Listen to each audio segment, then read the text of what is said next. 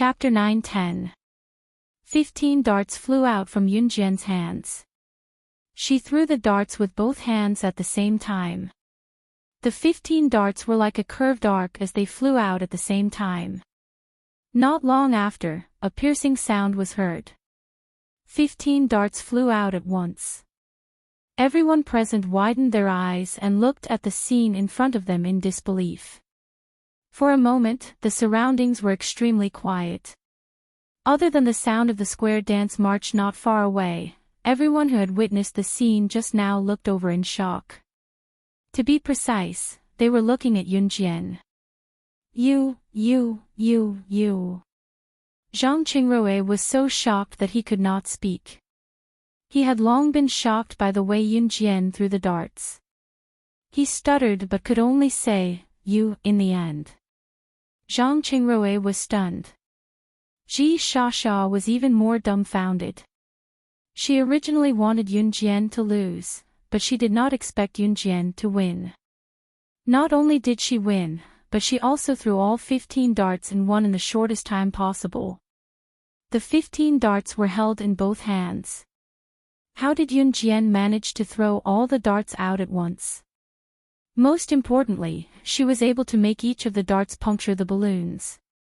It had to be said that Yunjian's move just now was too terrifying. It had completely overturned everyone's understanding. Even the shop owner was dumbfounded. The shop owner's mouth was still agape, and he looked like he could not react for a long time. She won just like that. Hee, boss, she won. Shouldn't you give us the big bear doll? Ling Yichen went to the front and looked at the shop owner with a grin. He even reached out his hand to ask for it. Yunjian had already paid for the balloons.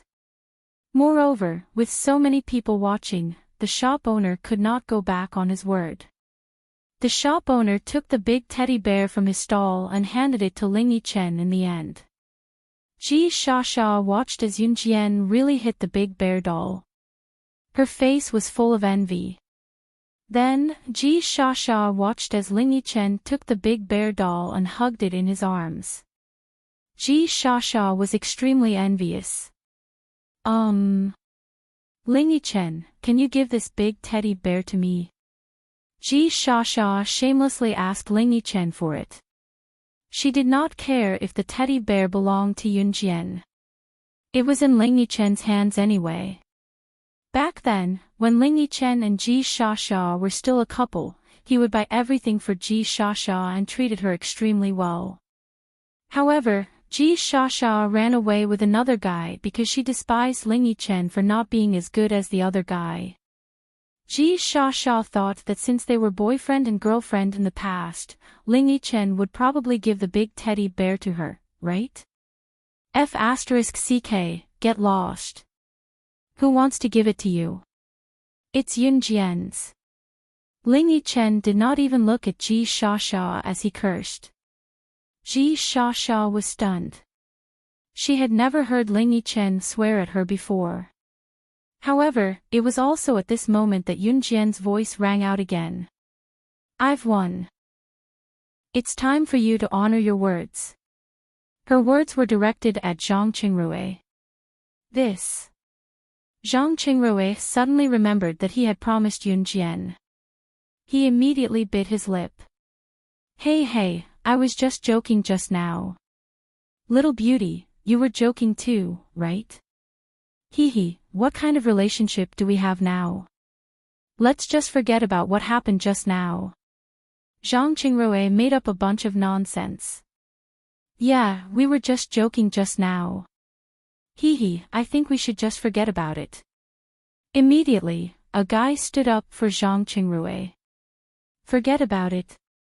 Yunjian frowned. If she was the one who lost today, Yunjian was sure that Zhang Qingrui would force her to honor her words. Ha! You don't want to admit it. Yunjian looked at Zhang Qingrui with a murderous glint in her eyes. Just as Zhang Qingrui was about to say something, he suddenly felt a voice in front of him. In the next second, he felt someone kick him from behind and he fell to the ground with a thud. Chapter 9:11. Startled by Yun Jian's sudden action, everyone present was taken aback. It was inevitable that Zhang Qingrui would not keep his word. Boys and girls who were in puberty had to kneel down and kowtow to others. They also had to call them ancestors. No one would be happy to do such a thing. Especially a boy like Zhang Qingrui who cared about his reputation to the extreme. Previously, when he hit on Yun Jian in front of her, Zhang Qingrui was holding on to the fact that Yun Jian was beautiful. If he could successfully make Yun Jian his girlfriend, then he would be particularly magical in front of his classmates and friends. In this way, his reputation would be very big. Moreover, when he agreed to bet with Yun Jian, Zhang Qingrui felt that he would not lose. Even if he lost, he felt that he would not keep his promise. At most, he would just find an excuse. What kind of bet would there be? This matter would definitely be over just like that. However, who would have thought that when Zhang Qingrui and his group once again tried to use their previous methods to casually fool Yun Jian's original words as a joke? Yun Jian would actually do such a shocking thing. She actually went directly behind Zhang Qingrui, stretched out her leg and stomped on Zhang Qingrui's back, forcing him to kneel down. Girls were generally very reserved, especially in front of boys. Even the most irritable girls would become reserved. However, look at Yun Jian. She made a bet with Zhang Qingrui, but Zhang Qingrui did not keep his word after losing. She directly stepped on Zhang Qingrui's back in front of so many people. She even said something like, "If you don't keep your promise today, I will make sure you won't see the sun tomorrow." Was this still the attitude a girl should have? Ouch! Zhang Qingrui was forced to kneel on the ground by Yun Jian. He suddenly felt that he had lost all his face, so he struggled to stand up. However, Yun Jian's foot seemed to weigh 1,000 pounds. It was like a huge rock, oppressing him to the point that it was difficult for him to even breathe. "You, little beauty, you are too much." A boy around saw it and pointed at Yun Jian. This boy was the one who helped Zhang Qingrui to get Yun Jian to agree to be Zhang Qingrui's girlfriend. F***ck, how did my master go overboard? Today's bet was brought up by your people first. My master is only asking you to fulfill your promise. How is this going overboard? I think it's you guys who can't afford to lose. Zhang Xiaofeng quickly spoke up for Yun Jian. Exactly. If you can't afford to lose, then why do you still want to compete with my grandmaster? You guys are really shameless. Zhang Jian also took advantage of the situation and said, "You." The boy who spoke for Zhang Qingrui just now was no match for Zhang Xiaofeng and Zhang Jian. Zhang Xiaofeng and Zhang Jian stopped him with a few words. "Are you going to kowtow? Are you going to shout or not?" Yun Jian stepped on Zhang Qingrui's back, forcing him to lower his head even more. "You. Aren't you going too far? How can we girls be like this?" Just then, Ji Shasha's voice sounded weakly from the side. Ji Shasha's words were directed at Yun Jian. However, when these words came out of Ji Shasha's mouth, why did it sound like she was blaming Yun Jian for being rude and not behaving like a girl at all? Before anyone could think about it, they saw Yun Jian stepping on Zhang Qingrui's back, and with a fierce kick, she forced Zhang Qingrui to kowtow to the ground, making a bang sound. "If you don't kowtow, I'll help you." Yun Jian ignored Ji Shasha's words. At the same time, she lifted her foot, and when Zhang Qingrui's body bounced back, she ruthlessly kicked him again. Chapter 9:12. As Yun Jian spoke, she lifted her leg. Just as Zhang Qingrui's body was about to bounce back, she stomped down again. Just like that, Zhang Qingrui's head was knocked to the ground again and again. Each time, there was a loud thud. "It's fine if you don't shout, but I'll make you kowtow 1,000 times." Yun Jian laughed coldly. As she spoke, she used this repeated position to make Zhang Qingrui kowtow a few more times. 1,000 times. Wouldn't Zhang Qingrui's head be smashed? Everyone present couldn't help but suck in a deep breath. Zhang Qingrui's head was smashed to the ground again and again, making a series of loud noises, which made everyone's hair stand on end. Don't. Don't. Zhang Qingrui was already dizzy from the kowtowing. He struggled with all his might and even reached back to pull Yunjian's foot off his back. However, he couldn't even touch Yunjian. I'll beg for mercy. I'll talk. I'll talk. Zhang Qingrui could even feel that his forehead was bleeding. He was so scared that his soul almost left his body. He quickly begged Yunjian for mercy. Speak. Although Yunjian stopped making Zhang Qingrui kowtow, her foot was still on Zhang Qingrui's back. After seeing Yunjian's methods, Zhang Qingrui didn't dare to play any tricks. He still wanted to live. Thus, Zhang Qingrui swallowed a mouthful of saliva. His forehead hurt from the kowtowing. He didn't want to endure it anymore, so he mustered up his courage and called out softly, "Ancestor." Ancestor, his voice was as soft as a cat's meow. Can you hear what he said? Yunjian turned her head and looked at Zhang Xiaofeng, Zhang Jian, and Ling Yichen. Her red lips curled up. It was so beautiful that it made people's hearts itch. Ah! What did he say? Master, I can't hear him.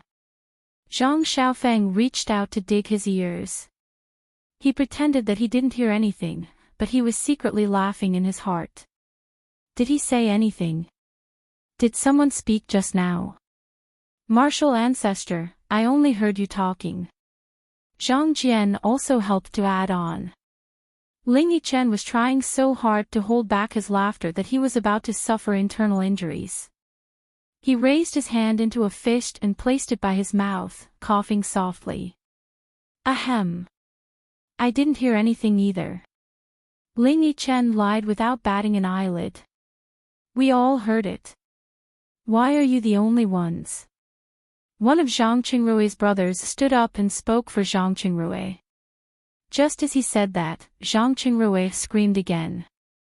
Yunjian raised her foot and kicked Zhang Qingrui's forehead to the ground, making a bang sound. I can't hear what you're saying. I'll give you one last chance. If you don't make a sound, I'll take it that you want to kowtow to me 1,000 times, Yunjian said eerily. Then, she added, of course, I'd prefer it if you kowtowed to me and admitted your mistake. As she spoke, Yunjian made Zhang Qingrui hit the ground again, making loud bangs. No. No, no, I'll talk, I'll talk. Zhang Qingrui was forced into a corner by Yunjian. Finally, he could not hold it in anymore and cried out in a half-sob. Just as Zhang Qingrui said that, a rich and magnetic male voice came from the side. Xiao Jian, you're still so soft-hearted. Chapter 9:13. The moment they saw the man, all the girls' hearts began to race. They saw Ce slowly walking towards them. His steps were steady, but they were mesmerizing. Ji Shasha, who stood where she was, watched as Ce appeared and made his way to her slowly. She felt as if her heart was about to melt, as if she had found her first love. Ji Shasha even had this thought in her mind, will this man who suddenly appeared walk towards me? The answer was no. Ce walked around Ji Shasha and the others. He wasn't the least bit attracted by the girls who were looking at him with reverence. Furthermore, he didn't even look at these girls. His black eyes only reflected a proud figure from the beginning to the end. That beautiful figure, her voluptuous figure, and her every move were enough to make him unable to let go. Why are you here? Yunjian didn't loosen her grip on Zhang Qingrui's back, but she was still talking to Ce. If I didn't come, how would I be able to kill these flies who want to steal my woman? As Ce spoke, he had already arrived in front of Yunjian. As Ce spoke, he stretched out his leg and viciously stepped on Zhang Qingrui's palm, causing him to toss and turn. "Ah! You! It hurts! You!" Zhang Qingrui had already planned to call Yunjian ancestor in exchange for not being tortured. However, he never expected that Ce would suddenly appear after Yunjian agreed to let go. Ce didn't care who he was. He walked over and stepped on the back of Zhang Qingrui's palm without saying a word. The piercing pain caused Zhang Qingrui to curl up into a ball. "Ancestor, I'm calling you ancestor. Please let me go, please let me go." Zhang Qingrui was in so much pain that he broke out in cold sweat. At the same time, he couldn't stop himself from shouting. At this moment, he was calling out ancestor quite smoothly. Now that Yunjian had achieved her goal, she let go of his foot. In spite of it, Ce refused to budge even when Yunjian had stopped. Ce stepped on the back of Zhang Qingrui's hand, a hint of disgust appearing on his handsome face. "You can prepare to die now." Ce was no doubt more ruthless than Yunjian. If one were to ask why, it was because Yunjian had more concerns than Ce.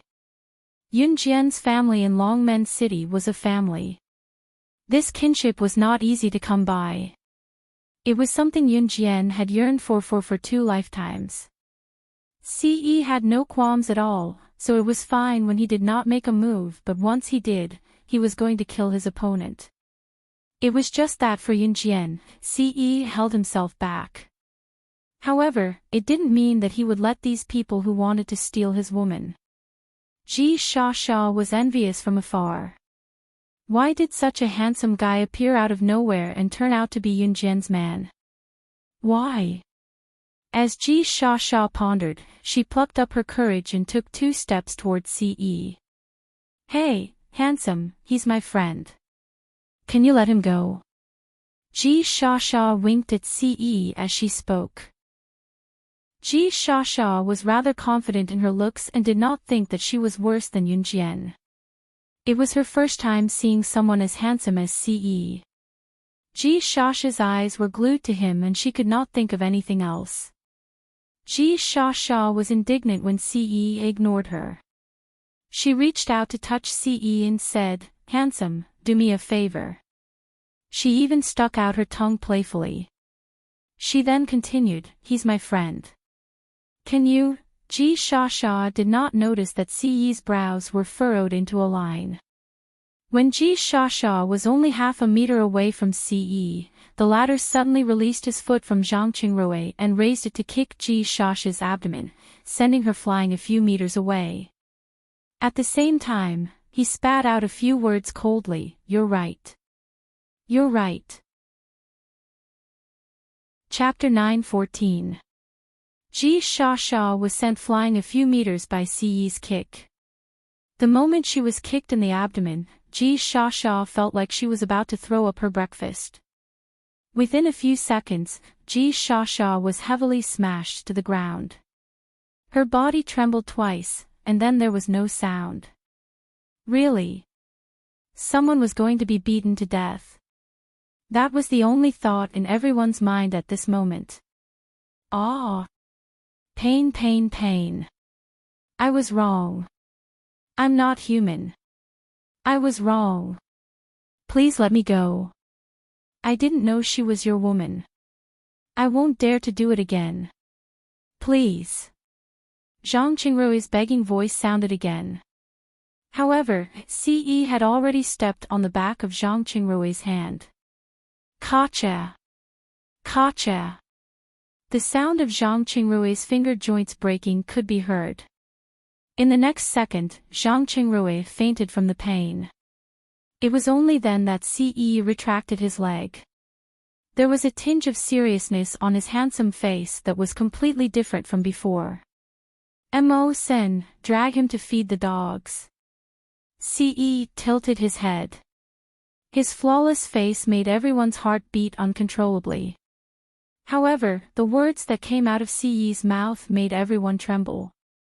It was only when Ce opened his mouth that everyone noticed a person standing not too far away. Mo Sen was standing in his original position with his hands behind his back. His handsome face paled in comparison to Ce's, but compared to the group of boys present, it was a piece of cake. Because of Ce's appearance, Mo Sen didn't stand out at all. When everyone present reacted, they realized that there was a similarly handsome man standing there. After the man walked over, he picked up Zhang Qingrui, who was lying on the ground half dead, and dragged Zhang Qingrui and quickly disappeared from the place. Even if he didn't die, Zhang Qingrui would suffer a fate worse than death. Furthermore, from Ce's tone, it seemed like he wanted to kill Zhang Qingrui to relieve the hatred in his heart. After the unconscious Zhang Qingrui was dragged away by Mo Sen, Ji Shasha was helped up from the ground, trembling in fear. She was scared half to death. Zhang Qingrui was being fed to the dogs. Is this true or false?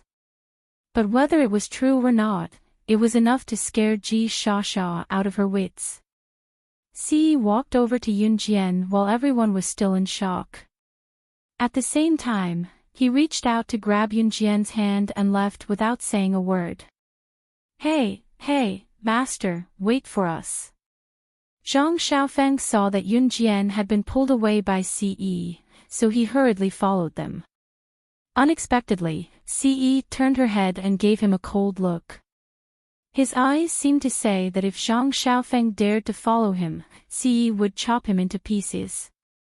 Under Ce's gaze, Zhang Xiaofeng felt his scalp go numb. He trembled violently and finally swallowed a mouthful of saliva. He even slapped his lips and said, "I think we should just stand here." That's good." Zhang Xiaofeng's reaction made Zhang Jian and Ling Yichen not dare to follow them. Thus, the three of them stood there and waited for Yunjian to return. Yunjian wouldn't leave by herself, and Ce wouldn't leave directly with her either. Thus, Zhang Xiaofeng and the other two continued to wait in place. Ce pulled Yunjian and disappeared from everyone's sight. However, he only pulled Yunjian into a small thicket. The moment they entered the thicket, he reached out and hugged Yunjian. That magnetic male voice with a hint of breathlessness came from above. Chapter 9:15. Although Ce said that, in reality, he was thinking in his heart, if something like this happens again, I'll make her my woman. Someone else wanted to lay their hands on my woman. And they wanted to leave this place alive. Dream on. He couldn't stand it when he saw Zhang Qingrui trying to touch Yunjian. He didn't want anyone to see her beauty. She could only be his, and he couldn't share her with anyone else. Not a chance. Yunjian was nestled in Ce's arms. Her head was just enough to reach Ce's chin. However, if someone saw the scene of Yunjian nestled in Ce's arms, they wouldn't think that the difference in height between Yunjian and Ce was strange. On the contrary, although the difference in height between the two was huge, it gave off a feeling that they were a perfect match. Nestled in Ce's arms and enjoying his unique fresh scent, Yunjian raised her head to look at him. She asked a question that she knew the answer to in order to ease the awkwardness. "Why are you here?" However, before Yunjian could finish her question, Ce had already bent down slightly. His tall figure bent down and covered Yunjian's mouth faster than lightning. They tossed and turned, and it was extremely ambiguous. Phew, it feels so good after taking a dump. At this moment, an auntie ran out of the restroom near the plaza. Because the auntie was in a hurry to go back to square dance with her friends, she was afraid that she wouldn't be able to keep up with the pace. Therefore, when she saw a small path here, she quickly ran over. Just as the auntie ran into the thicket, she suddenly saw two figures with their lips intertwined. Moreover, she also saw that the relatively tall figure, even in the darkness, could recognize that it was a man. At this moment, this figure's hand was slowly moving down the girl's back. Oh my God! The middle-aged woman saw this shocking scene as soon as she slipped into the bushes. She was not mentally prepared at all, so she jumped and yelled out. Upon hearing the commotion, Ce glanced sideways at the middle-aged woman. After a few glances, Ce shifted his gaze and continued to look at Yunjian with his lips pressed against hers. Of course, being watched by the woman, Ce loosened his grip after a couple more kisses and straightened his back. At the same time, he pulled Yunjian into his embrace. The middle-aged woman was stunned when she saw this. After she recovered from her shock, the corners of her mouth twitched. She couldn't help but point at Ce. Young man. Don't be impetuous. Forcing a young lady like this in a place like this. Sigh. Sigh. Young man, you have to be responsible for this little girl. Young people like you, don't turn your back on us after you get a little girl pregnant. The middle-aged woman seemed to have misunderstood something. As she spoke, she waved her hand exaggeratedly. The middle-aged woman's old face was a mess. As she spoke, she seemed to have thought of something that was difficult to speak of, and then ran away like a wisp of smoke. Ce, who was still hugging Yunjian's slender waist, also twitched the corners of his mouth. He had been misunderstood. However, if they weren't in the bushes in the public square, if they weren't here, he might have already done as the middle-aged woman said. Yunjian was nestled in Ce's embrace. Although she didn't see the middle-aged woman's actions, she could still hear her words. In an instant, her face was as red as blood. Fortunately, it was pitch black here. Only the streetlights in the distance shone on them. Chapter 9:16. By the time Yunjian and Ce came out of the bushes, Yunjian's emotions had already calmed down quite a bit. At the very least, that alluring flush had disappeared without a trace. However, her heart was still pounding, and her little hand was held by Ce. Master. The moment they saw Yunjian, Zhang Xiaofeng and Zhang Jian quickly went up to her. With Zhang Xiaofeng in the lead, Zhang Xiaofeng and Zhang Jian quickly stood in front of Yunjian. Grandmaster, where did you guys go? Zhang Jian's chubby body looked quite cute. Zhang Xiaofeng, who was standing beside Zhang Jian, couldn't help but reach out to rub Zhang Jian's head. We didn't go far, Yunjian said naturally. Oh. Zhang Jian nodded obediently. Master, do you want to go to Cindy's house with us later? Zhang Xiaofeng asked again.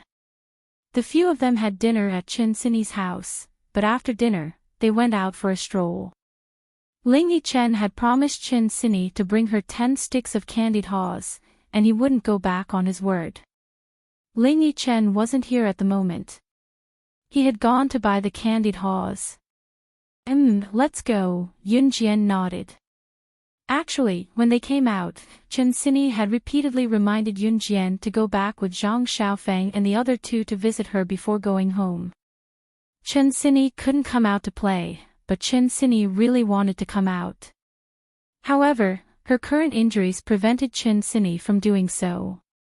Yunjian had promised Chen Cindy that she would go back to accompany Chen Cindy before going home. Moreover, Yunjian didn't have anything important to do at home. Good. Cindy will definitely be very happy. Zhang Xiaofeng quickly said such a sentence. Coming. We've bought the candied haws. We can go back now. Ling Yichen ran back from afar with dozens of sticks of candied haws in his hands. Thank you for your hard work. Zhang Xiaofeng quickly took a few skewers from Ling Yichen. Each of you can have 1 skewer. Leave the rest for Cindy to bring back. Ling Yichen had bought quite a lot of candied haws, so he had bought some for Chen Cindy as well as some for the few of them to eat together. Hee, you brat, how did you become so good now? What? Could it be that he had found his conscience? Ha! Zhang Xiaofang said as he distributed a stick of candied haws to everyone. Then, he held the stick in his hand and licked it. Ce took the stick of candied haws she got and quietly passed it to Yunjian. I don't eat sweets. You have it. Yunjian quite liked sweets. When she heard Ce say this, she glared at Ce and thought to herself, you said you don't eat sweets. Then why did it seem like all the sweets I've eaten before have been snatched by Ce? Hee hee, oh right, I heard something interesting just now. Ling Yichen pretended to be mysterious and kept them in suspense. At this moment, Yunjian had already stuffed the candied haws into her mouth. What is it? What is it? Tell us about it and make us happy. Zhang Xiaofang immediately became interested. Of course, he walked over and put his arm around Ling Yichen's shoulder, wanting him to tell him. Yunjian's eyelids twitched slightly. Hee hee. I was buying candied haws just now when I overheard an auntie talking to someone on the side of the road. It seems like in a small bush nearby, there's a young couple doing it in the wild. Ling Yichen kept them in suspense and then said with interest. Chapter 9:17. Yunjian had just stuffed a piece of candied fruit into her mouth. The candied fruit had not even melted in her mouth yet, so when she heard Ling Yichen's words, she spat it out without a care for her image. The piece of candied fruit that came out of Yunjian's mouth rolled far away and even slid into the sewers. Ce stood beside Yunjian and stroked Yunjian's back without a change in expression, patting her gently to prevent her from choking. Oh my God, Yunjian, what's wrong with you? Why are you reacting so strongly? Was what I said really that shocking? Ha, even you are so shocked. Ling Yichen guffawed, thinking that what he said had shocked even Yunjian. After Ling Yichen was done laughing, he still did not know what he said had made Yunjian choke. He sighed with increasing impudence, but young people nowadays really don't know how to be flirtatious. They're so brazen. Yeah. I really want to see it for myself, haha. Zhang Xiaofeng chimed in as if he did not care about his life. Ha. Zhang Jian also guffawed. Then, as if nothing had happened, he stuffed the candied fruit into his mouth and chewed slowly. It's okay. When Yunjian caught her breath and turned to say this to Ce let go of her hand that was patting her back. Hey, it was that auntie who told me about the young couple having sex in the open. Yunjian, since you're so interested, I'll call her over for you. Ling Yichen saw a figure. As he spoke, he waved in that direction and walked over quickly. Ling Yichen's reaction speed was faster than anyone else's. Before Yunjian could stop him, Ling Yichen had already run over to that auntie. Auntie, hello, auntie. In order to express goodwill, it was normal to address people 2 times older than oneself as auntie. Ling Yichen's mouth was very sweet. He did not call the other party auntie when he rushed up. Instead, he called the woman auntie. Yunjian watched as Ling Yichen ran towards the woman. She almost took out her butterfly knife and swung it at Ling Yichen. Of course, this was just Yunjian's idea. She naturally wouldn't do it. It was at this moment that Ling Yichen stopped the middle-aged woman from earlier. He lowered his head to look at the middle-aged woman who was about 20 centimeters shorter than him. Auntie, I just heard that you saw a young couple in the nearby bushes. They were having sex. It's like this, my friend is very interested in this matter, so can I trouble you to tell me more about it? Ling Yichen had no sense of shame at all. At least, when Ling Yichen asked these questions, he did not think it was overboard at all. However, Ling Yichen's question startled the middle-aged woman. After all, the auntie had secretly said it to her friend. How could someone else have heard it? However, just hearing Ling Yichen call her auntie made the woman feel a few years younger. She immediately agreed to Ling Yichen's request. "Look, my friend is over there." Ling Yichen shamelessly pointed in the direction of Yunjian and Ce. The middle-aged woman casually turned her head and looked over. In the end, when she saw Yunjian and Ce standing not too far away, she exclaimed in shock, You too." Chapter 9:18. The bushes were so dark that they couldn't even see their fingers in front of them, but they could still make out their silhouettes. There were lights nearby, so even though they couldn't see the person's face clearly, they could roughly make out their height and figure. The auntie had rushed out from the bushes because she had seen something that made her feel shy and awkward. The auntie had almost died from embarrassment when she saw what had happened. Now that she saw Yunjian and Ce, she immediately matched Yunjian and Ce with the couple in the bushes. However, when she saw Yunjian and Ce's faces clearly, the auntie paused. After all, the lights in the bushes were very dark, so the auntie didn't dare to see clearly. Other than Yunjian and Ce's silhouettes, she didn't see anything else clearly. Naturally, she couldn't come to a conclusion. "Auntie, what's wrong?" Ling Yichen asked in confusion as he watched the auntie look at Yunjian and Ce. However, just as Ling Yichen said that, the auntie suddenly waved her hand and comforted herself. No, I probably hit the wrong number. My eyes are blurry because I'm old. I'm old and I can't see clearly." The auntie then turned her gaze to Yunjian and Ce. She looked at Yunjian and Ce and asked, "Young lady, young man, are you the ones who wanted to hear about what happened just now?"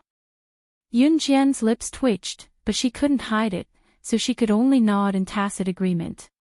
Only then did the auntie start talking non-stop. "Tisk, speaking of that couple. At that time, I had just come out of the washroom after relieving myself. I wanted to hurry back to dance, but then I saw that couple hugging in the bushes." The auntie was very intoxicated as she spoke. Yunjian's face had already stiffened. Ling Yichen and Zhang Xiaofeng even used exaggerated words like oh, to express their shock. Hearing how Ling Yichen and Zhang Xiaofeng cooperated with her, the auntie became more and more agreeable. "Hey, you guys weren't there so you don't know." At that time, the man put his hand on the woman's butt. "Tell me, isn't that a field battle?" The auntie was quite fashionable. As she spoke, she even laughed twice. Ahem. Yunjian couldn't help but cough when the woman said this. "Auntie, are you in a hurry to go dancing?" Yunjian noticed this and turned to look at the auntie. At this moment, the auntie suddenly remembered that she had been so busy talking about this that she had forgotten to square dance with everyone. That was a new dance that she had just learned. She had already wasted a lot of time going to the toilet. If she didn't catch up now, how would she be able to learn it? Look at my memory. When one gets old, one's memory deteriorates. Hey, you guys have fun first. Auntie is going to dance. With that, the auntie waved at everyone present and then left the place very energetically. After that, only Ling Yichen, Zhang Xiaofeng, and a few others were left behind. They were intoxicated by the auntie's words, but their train of thought had suddenly been cut off. Looks like it really was a field battle. When did people become so daring these days? Big news, big news. I'm going to tell Cindy tonight when I get back. Tomorrow, I'll tell the whole school about this. Ling Yichen was so excited that it seemed like he couldn't wait to let the whole world know about this. Chapter 9:19. Ling Yichen's agitated emotions instantly vanished. He had no idea what he had done to upset Yunjian, so he was stunned. When he came back to his senses, Ling Yichen asked Yunjian, "No, Yunjian, why can't I say it?" "Don't say it if I tell you not to."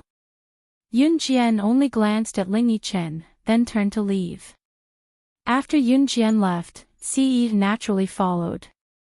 When Zhang Xiaofeng saw this, he grinned and nudged Ling Yichen, then ran over to Yun Jian. Zhang Xiaofeng ran over to Yun Jian, and so did Zhang Jian. Ling Yichen did not follow them immediately. He stood where he was with a bunch of candied haws in his hands. Frowning, he could not help but complain to himself, "Did I say something wrong?"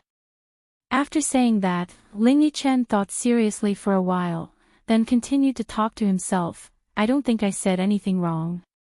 Didn't I say that I wanted to tell Cindy and the other students in school about this? The two of them aren't the main characters in this matter. Why didn't Yun Jian let me say it?" When he thought up to this point, Ling Yichen saw that Yun Jian and the others had already walked far away, so he stopped thinking. Who cares? Since Yun Jian said that he couldn't say it, then he wouldn't say it. After thinking it through, Ling Yichen shouted, "Wait for me, you guys." After that, Ling Yichen sped over to where Yun Jian and the others were. The few of them went back to Chen Sini's house in a hubbub. When they reached Chen Sini's house, they realized that Ji Sha and the others had already returned. Chen Sini's father, Chen Jinchuan, was treating them today because Chen Sini had just been discharged from the hospital. The people Chen Jinchuan invited were basically his business friends. As for Ji Sha and the others, they were the children of Chen Jinchuan's business friends.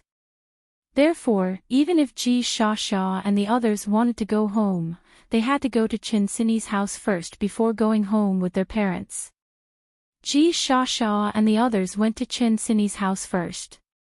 Yun Jian and the others had not returned yet. However, as soon as Ji Sha and the others returned to Chen Sini's house, Ji Sha saw Zhang Qingrui's parents, whom Mo Sen had taken out to feed the dog. "Sha, you're back. Why didn't my Ruirui come back with you?" Zhang Qingrui's mother looked around and asked suspiciously. Ji Sha was afraid of what had happened before, so she took a few deep breaths. But when she thought of the scene just now, Ji Sha was so scared that she didn't dare to tell the truth. Zhang Qingrui seemed to have said that he couldn't stay here any longer, so he went home first. We didn't pay much attention to him just now. This was the confession that Ji Sha had negotiated with a group of classmates. As long as they insisted that Zhang Qingrui had gone home first, then even if Zhang Qingrui went missing, they wouldn't be blamed. This brat, he actually ran home by himself again. Zhang Qingrui's mother said through gritted teeth. Then, she smiled at Ji Sha and said, "Sha, thank you for telling me. This brat, I'll give him a good beating when I get back." As she said that, Zhang Qingrui's mother pretended to be angry. Ji Sha smiled guiltily at Zhang Qingrui's mother. At this moment, the door was opened again. With Yun Jian and Ce leading the way, Zhang Xiaofeng, Ling Yichen, and Zhang Jian behind, the five of them walked in from the door. When Ji Sha and the others saw Yun Jian and the others, they trembled violently. Chapter 9:20. Chen Sini ran down the stairs as fast as she could. Downstairs, Chen Jinchuan was still chatting with a group of friends in the business field. Sini, look. Zhang Xiaofeng carried the teddy bear all the way back, wanting to show it off to Chen Sini. In the end, just as Zhang Xiaofeng showed the teddy bear, Chen Sini bypassed him and went to Ling Yichen. "Wow, did you really buy 10 sticks of candied haws for me? That's great. I'm so happy." Chen Sini grabbed the sticks of candied haws from Ling Yichen excitedly. It was not hard to tell from her expression that she was overjoyed. Holding the teddy bear, Zhang Xiaofeng watched as Chen Sini picked up a bunch of candied haws and peeled off one of the sticks excitedly to munch on it. She had only eaten one when Chen Sini suddenly turned to look at Yun Jian and asked Yun Jian, Jian, do you want some? I've eaten. Yunjian smiled faintly. Then I'll eat. Chen Xinyi said and shook the stick of candied haws in her hand before swallowing them one bite at a time. The corner of Zhang Xiaofeng's mouth twitched. Was he completely ignored? After that, Zhang Xiaofeng continued wisely in order to regain his sense of presence on Chen Xinyi's side. Yunjian threw the teddy bear back to you with the darts just now. Jinjian's amazing. Give it to me, give it to me. Chen Xinyi exclaimed and took the candied haw she was eating out of her mouth before dashing over to snatch the teddy bear from Zhang Xiaofeng's arms. My Jianjian is amazing. Chen Xinyi praised loudly as she spoke. Zhang Xiaofeng, who was standing aside, wanted to cry but had no tears. Why was his presence so insignificant in front of Chen Xinyi? You're all back. Come and have some fruits. Xinyi, ask your friends to come and have some. The fruits I just cut are fresh. Xia came out of the kitchen with a big plate of pineapples and freshly washed strawberries when she saw that Yunjian and the rest were back. Okay. Chen Xinyi answered and led Yunjian and the rest over. Other than Yunjian and her friend's share, Xia had prepared everything. Not only did she have to entertain Yunjian and her friends, but Chen Jinchuan's business friends as well. Jianjian, try this. These are natural strawberries my mom planted in the orchard. Chen Xinyi led the group over and picked up a big, red strawberry for Yunjian as she spoke. Yunjian smiled with her lips pressed together but accepted it. After that, Yunjian passed the strawberry to Ce. You eat it first. It was Yunjian who gave her the strawberry. She would eat it no matter how much she disliked Ce. Moreover, Ce liked fruits quite a lot. Hence, Ce took the strawberry from Yunjian. Jianjian, take it yourselves. Don't be shy. Chen Xinyi said loudly and took a bite of the candied haws in her hand happily. I'm sorry, who are you looking for? You can't go in here. You. The voice of Chen Xinyi's security guard rang from outside the door. Not long after that, the door was opened. I'm going in to look for someone. I'll be right out. A pure American English voice rang out. The person who came in was tall and burly, standing over 1.9 meters tall. He spoke fluent English and charged in regardless of the obstruction. The poor security guard could not even converse with the person, nor could he stop him. When Yunjian saw the person, however, there was a slight flicker in her eyes. Chapter 921. Yunjian was not surprised to see Corentin. There was no need to ask how Corentin knew she was here. Yunjian knew that it was a piece of cake for international bigwigs like him to find a specific address through a mobile phone. Yunjian had called Corentin back then. She did not tell him her exact address, only giving the address of country Zhejiang province's Longmen city. However, Yunjian knew that it was a piece of cake for Corentin to search for her exact location. Of course, the premise of all this was that Yunjian did not object to Corentin searching for her exact location. If Yunjian was unwilling, all she had to do was create an anti-hacking system to ensure that Corentin would not be able to find her. If Yunjian really did that, Corentin would not be able to find her even if he got the hackers on the national hacker ranking to do it. Where are you? Where are you? Come out. Corentin looked around and yelled at the top of his lungs in pure American English. S was Corentin's abbreviation for Yunjian's codename, an extract of SS. To Corentin, SS was abbreviated to S. However, with Corentin yelling and speaking in English, the security guard next to him was confused.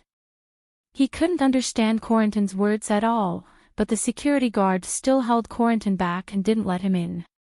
Who is this? Why did he suddenly rush here? He's a foreigner, isn't he? Is he looking for someone? Wow, he's a foreigner. He looks really good. I wonder who knows this foreigner. Whoever knows him must be someone who's good at English too, right? A group of women gathered together and started chatting. However, what they said was the opinion of women.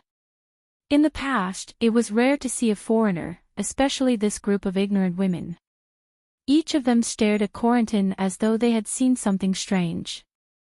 In this era, or even earlier, if someone could go abroad and come back later, it was definitely something worth bragging about. Furthermore, these women didn't have much experience. All of them were people who had lived since the olden days. Therefore, when they saw Corentin, they were especially surprised. When Ji Shasha saw Corentin walk in, she immediately envied the person who knew Corentin. I wonder who this foreigner is looking for. Ji Shasha suddenly had the urge to flaunt her excellent English in front of everyone. Previously, she had heard that Yun Jian was good at shooting. Later, she saw that Yun Jian was so good at darts. Even her man was one of a kind. Needless to say, Ji Shasha almost died of envy. Ji Shasha's English was quite good, especially after hearing the foreigner speak a few sentences of pure American English. Ji Shasha was instantly full of confidence in herself. For a moment, Ji Shasha also wanted to show off her strength. Hello, who are you looking for? If you have any questions, I can help you. Ji Shasha walked over and asked Corentin in English in front of everyone. After that, she even winked and pretended to be cute. Wow, that's amazing. She can actually speak English. I wonder whose child she is. Yeah, she can even communicate with foreigners. That's amazing. Chapter 922. Ji Shasha's smile deepened when she heard the chattering praises of the women around her. This was exactly the effect she wanted. Ji Shasha felt very good about the fact that she could speak English while Yun Jian and the rest could only stand by and watch her foolishly. Finally, there was something she could use that was better than Yun Jian. This is my daughter, he he he. Isn't it just a few sentences in English? My child had a tutor every day to learn English when she was young. She didn't study seriously when she was young, so I was quite worried. But now, her English is pretty good and she can even communicate with foreigners. Oh, he he he. Looks like the child has to relax a little. She can learn by herself. One of the women with lipstick stains that resembled a chicken's but looked at Ji Shasha, who was talking to Corentin. Her head was almost raised to the sky. This woman was Ji Shasha's mother. She usually liked to dress up gorgeously and pretend to be a rich madam. Now that her daughter Ji Shasha had grown eyes in front of so many people, how could Ji Shasha's mother not boast? When this group of rich madams gathered together, they liked to boast about where they bought their perfumes and bags from and how they were more high-end than others. Now that they had children, there was no lack of women boasting. Ji Shasha's mother was a typical example. Ji Shasha was even more pleased with herself when she heard her mother's boasting. She looked at Corentin in front of her and waited for him to reply. Just as Ji Shasha was proudly raising her head and waiting for Corentin to reply to her to further show off her ability, a crisp and clear voice rang out.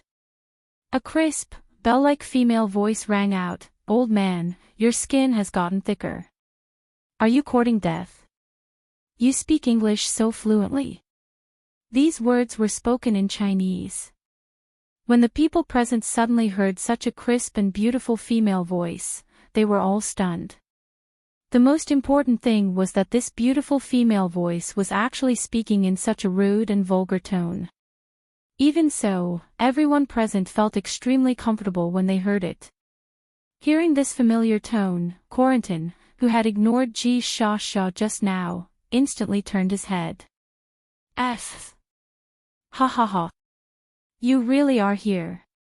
At this moment, Corentin changed his emphasis on pure American English and spoke to Yun Jian in pure Mandarin. Corentin's Mandarin pronunciation was even more accurate than some of the native Z peoples. When Corentin saw Yunjian, he sprinted to her in quick strides. Ji Sha, who was standing in place, was dumbfounded. The group of gossipy women and noblewomen around them were also dumbfounded. Ji Sha's mother, in particular, felt as if she had been slapped in the face. She stood there dumbfounded. Corentin knew Yunjian. But that was not the main point. Why did Corentin call Yunjian S? Just as everyone present was filled with doubts, Yunjian's voice rang out again. Is it fun to pretend that you can't speak Chinese? As she spoke, she raised her eyebrows slightly. Ha, it's not like that. Corentin was flustered by Yunjian's stare. After a while, he spoke humbly and childishly, a little. Corentin was a very playful old man. Corentin was not surprised by Yunjian's appearance. After all, Slaying God used a different human skin mask every time she met someone in her previous life. She had never shown her real face to anyone. Therefore, Corentin did not doubt this. Speaking of which, since you've called me here, does that mean you've agreed to take me in as your disciple? Corentin did not forget his purpose. He looked at Yunjian expectantly and raised his voice. Upon hearing Corentin's words, everyone's eyes widened in shock. What? What? Did they hear wrongly? Chapter 923. Corentin could speak Chinese, but he had been communicating in English. This was a little trick he played with the people present. That was not all. He, Corentin, was a foreigner after all. Moreover, he was an old man who was tall and strong. In the end, he actually wanted to be Yunjian's disciple. What was so great about Yunjian that made Corentin beg to be her disciple? Everyone present was puzzled. However, just when everyone present was confused about the situation, Yunjian's voice sounded again. I need your help with something. Yunjian casually stated her purpose. However, before Yunjian could say what she needed his help with, Corentin agreed in an exaggerated manner. No problem. As long as you accept me as your disciple, I'll promise you anything. As he spoke, as if to show his sincerity, Corentin even patted his sturdy chest in an exaggerated manner and promised, I'll give you all the honor you want from me, Corentin. To Corentin, the most precious thing he had was all the honors he had received in his life. The title of the world's top mechanic, and so on. However, compared to being able to be Yunjian's disciple, this was nothing at all. Yunjian curled her lips slightly. This is my master. How can you snatch my master from me? Zhang Xiaofeng could not hold it in anymore. Now that he heard Corentin saying that he wanted Yunjian to accept him as her disciple, he immediately stood up to stop him. In fact, even if Zhang Xiaofeng did not stand up to stop him, Yunjian would not accept Corentin as her disciple. There was no need to ask why. She would not accept him. However, as soon as Zhang Xiaofeng finished his sentence, a slightly plump middle-aged man dressed as a businessman stepped forward and asked Corentin in surprise, Mr. Corentin, what do you mean by Mr. Corentin? Corentin. You. Are you Mr. Corentin, the top mechanic in Country M who once made international headlines and was hailed as the world's most outstanding mechanic? Zhang Xiaofeng, who had just accused Corentin of trying to steal his master, was confused by the middle-aged man's words. Then, Zhang Xiaofeng suddenly reacted. He pointed at Corentin and stared at him in disbelief as he yelled, Hey, Corentin. What, you're Corentin. M Nation's most outstanding mechanic, Mr. Corentin. I heard that the original price of a sports car that you've modified can soar from a few million to tens of millions. You're Mr. Corentin. Zhang Xiaofeng knew a thing or two about this, so when he found out that Corentin was America's top mechanic, he couldn't help but exclaim. After coming back to his senses, Zhang Xiaofeng realized that he had just accused Corentin of stealing his master in front of everyone. He actually dared to challenge the famous mechanic, Mr. Corentin, who was once approached by the President of America. Zhang Xiaofeng shuddered at the thought of it. Then, Zhang Xiaofeng couldn't help but take 2 steps back. However, just as Zhang Xiaofeng took 2 steps back, Corentin suddenly stepped forward. Zhang Xiaofeng thought that Corentin was going to take revenge on him for yelling at him just now. He was so shocked that he twisted his ankle. Unexpectedly, Corentin rushed up first and grabbed Zhang Xiaofeng's hand passionately. Then, Corentin looked at Zhang Xiaofeng with an admiring gaze and asked loudly, "You're S's disciple?" "I've never heard of S taking in a disciple." "You're actually S's junior." "Haha. Please teach me how to become S's disciple." Corentin's excited look coupled with his exposed identity. Everyone present was stunned. Especially Ji Sha and the others, their faces looked as if they had just eaten **tea. Chapter 924. Seeing Corentin's actions, everyone present stood rooted to the ground in shock. Ji Sha, who had wanted to use her ability to speak English to convince everyone present by talking to Corentin, was already dumbfounded. Who was Corentin? The plump middle-aged man dressed as a businessman, and Zhang Xiaofeng had already introduced him in detail. Even if one did not know Corentin's identity, one could roughly guess his identity. He was America's top mechanic and had even made international headlines as the most outstanding mechanic in the world. Just based on the fact that Corentin had appeared in the headlines of international newspapers, he was definitely not a nobody. After all, someone who could appear on the headlines of international newspapers was definitely not an ordinary person. However, no one present could have imagined that Zhang Xiaofeng had just yelled at Corentin like that. What about Corentin? In order to become Yun Jian's disciple, Corentin actually used such a polite tone to greet Zhang Xiaofeng? Zhang Xiaofeng was shocked by Corentin's behavior. In the end, it was Corentin who held him up. Zhang Xiaofeng did not expect his master to have such great influence. Not only did Corentin not run over to beat him up after hearing his words, but he even begged him to teach him how to be Yun Jian's disciple. A top mechanic in the world actually wanted to be Yun Jian's disciple? Zhang Xiaofeng instantly felt that he had gained a lot of face. After he steadied himself, he even put his fist to his mouth and coughed softly. It was as though he was pretending to be a big shot.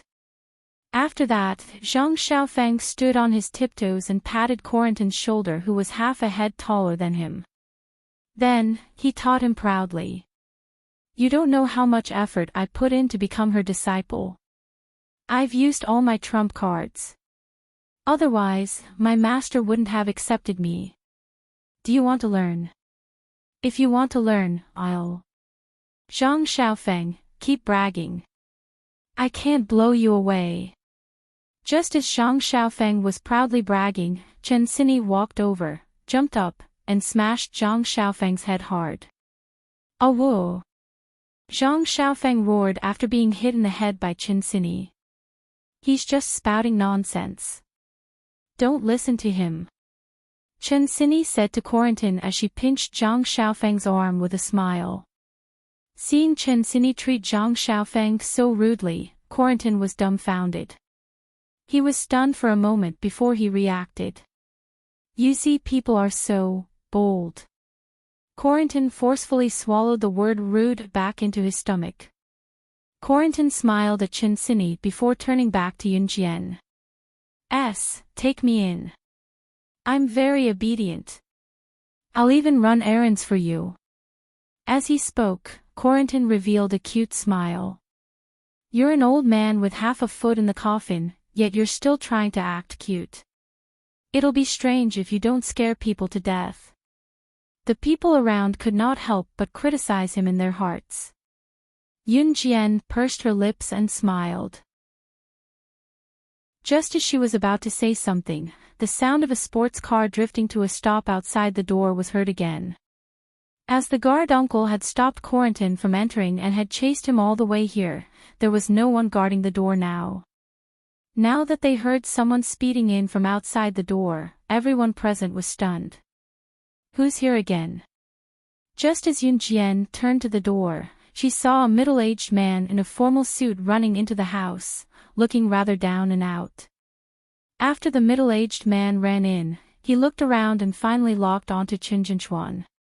Under everyone's surprised gaze, he ran and knelt in front of Chen Jinchuan. Chapter 925. Just now, when they saw this man with a caliper running in from outside the house, the people present might have felt a little surprised. Who was this person? Why did he come here? No one knew him either, or someone would have called out to him the moment he entered. It was only when the man with a styled head rushed in and knelt before Chen Jinchuan as he shouted those words that the crowd suddenly recalled. Baiguang Model Agency was suddenly banned not long ago. As for why it was banned, it was said that Chen Jinchuan's daughter, Chen Xinyi, was almost tricked into taking a nude photo by Baiguang Model Agency's talent scout. Chen Xinyi was unwilling to do so, so these people tried to force her. In the end, Chen Xinyi was forced to commit suicide by smashing a vase to protect her innocence. It was said that she used the broken piece of the vase to cut open the pulse on her hand. If it were not for her friend who came to save her, Chen Xinyi would have been a cold corpse by now. As a father, how could Chen Jinchuan allow his daughter to be bullied like this? Today's banquet was held because Chen Xinyi had just been discharged from the hospital. In addition to what the man with a styled head said, it was not difficult for the crowd to figure out the cause and effect of the incident. The man with a styled head must be the director of Baiguang Model Agency, Qi Jinxing. Qi Jinxing founded Baiguang Model Agency single-handedly, but the crowd had heard quite a lot about him. Baiguang Model Agency was not clean to begin with. As the director of Baiguang Model Agency, Qi Jinxing must have infiltrated many female celebrities and models in the company.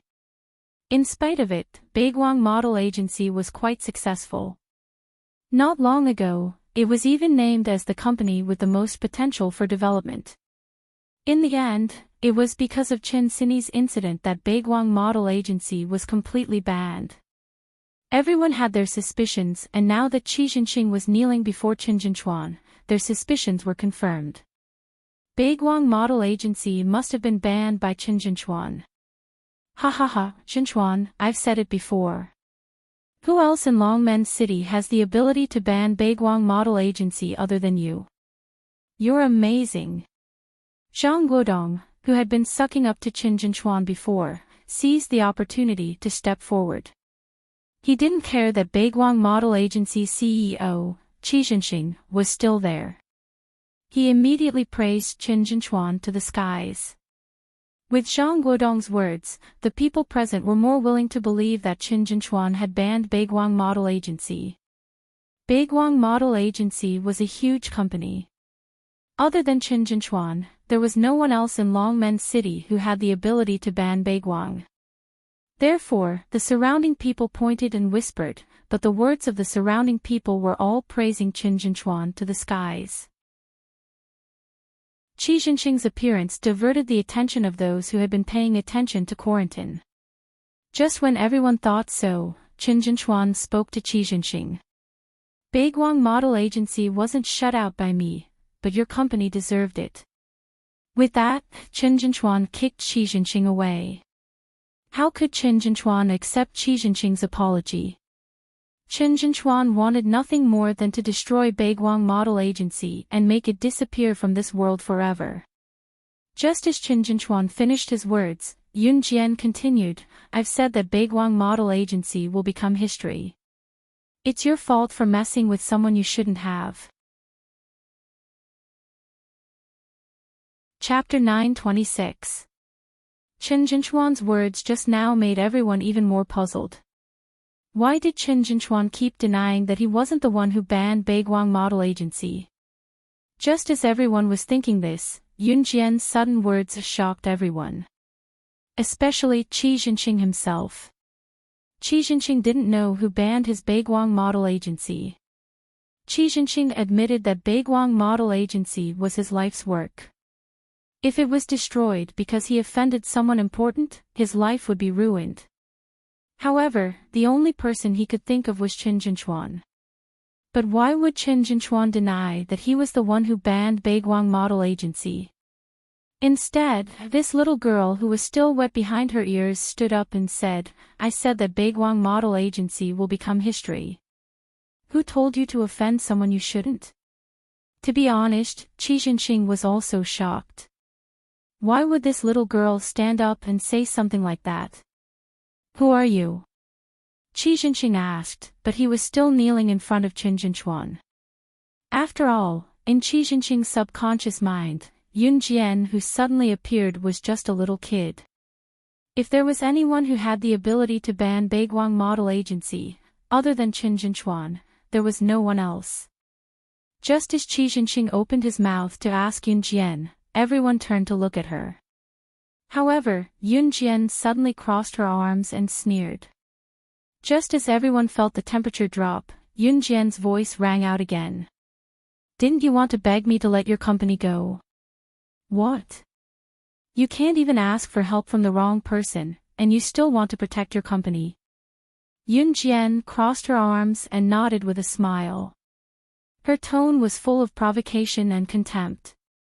Everyone present couldn't help but gasp when they heard these words. You did it. You're the one who blacklisted Baiguang model agency." Qi Jinqing looked at Yun Jian in disbelief. Similarly, everyone looked at Yun Jian in shock. How could it be Yun Jian? Who did she think she was? Did she have the ability to ban Baiguang model agency?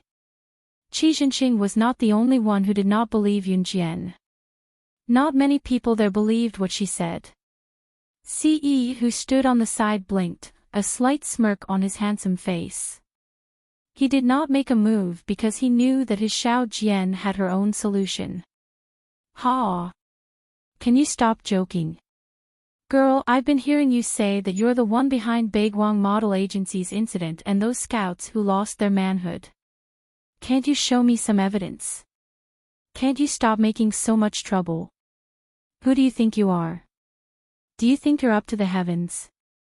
It was not Zhang Guodong's first time hearing Yun Jian admit that she was the one who did it, so he was annoyed and was even more annoyed by what she said now. Just a girl's 8S is the SSS A's have. You're asking who S is? Corentin pointed at Yun Jian exaggeratedly before continuing in an even more exaggerated tone. What's this Baiguang special agency you're talking about? Do you know Rongyao Company, one of the top 10 international corporations? Chapter 927. Rongyao Company was one of the top 10 international multinational companies, and it enjoyed absolute power in the entire world. Even among the top 10 international multinational companies, Rongyao Company was at the top. Countless international businessmen and politicians were proud to be able to cooperate with Rongyao Company. Countless business elites, or top students who graduated from major universities all over the world, and the top students among the top students, all fought to squeeze into Rongyao Company. Rongyao Company was in existence with absolute influence in the world. It was also Yun Jian's power in her previous life, and it was now under the control of Siren. When Yun Jian had just been reborn into the body of the original owner, the first time she went to an internet cafe after being reborn, she used hacking skills to invade Rongyao Company's system and stole a large sum of money from it. Stealing money from oneself, wasn't it referring to people like Yun Jian? Because the person in charge of Rongyao Company was Siren. Siren was Yun Jian's subordinate, and she was in charge of Rongyao Company for Yun Jian. Yun Jian herself was the boss of Rongyao Company, which meant that the founder of Rongyao Company was Yun Jian. The people present might not have heard of Country M's top mechanic, Corentin, but it was impossible for them not to have heard of Rongyao Company, one of the top 10 international multinational companies. It was an internationally famous company. Therefore, when everyone present heard Corentin's words, they all maintained their original stupefied actions and froze in place. That look was no different from a person who had been scared silly. Corentin spoke in Chinese just now, so everyone present could understand. But what did Corentin just say? Yun Jian was the boss of Rongyao Company, one of the top 10 international multinational companies. What kind of joke was this? How old was she? She was still underage, okay. She was about the same age as Chen Sini and was still a junior high school student. Everyone present was completely stunned. At the same time, everyone kept their mouths in the shape of an O. It was as if they were shocked by something and were completely unable to move. The existence of Rongyao Company, whether it was Beiguang Model Agency or Qinjinshuan's company, was not even qualified to touch the Rongyao Company. It could be said that if Rong and Yao wanted to destroy Beiguang Model Agency or Qinjinshuan's company, it would only take a phone call.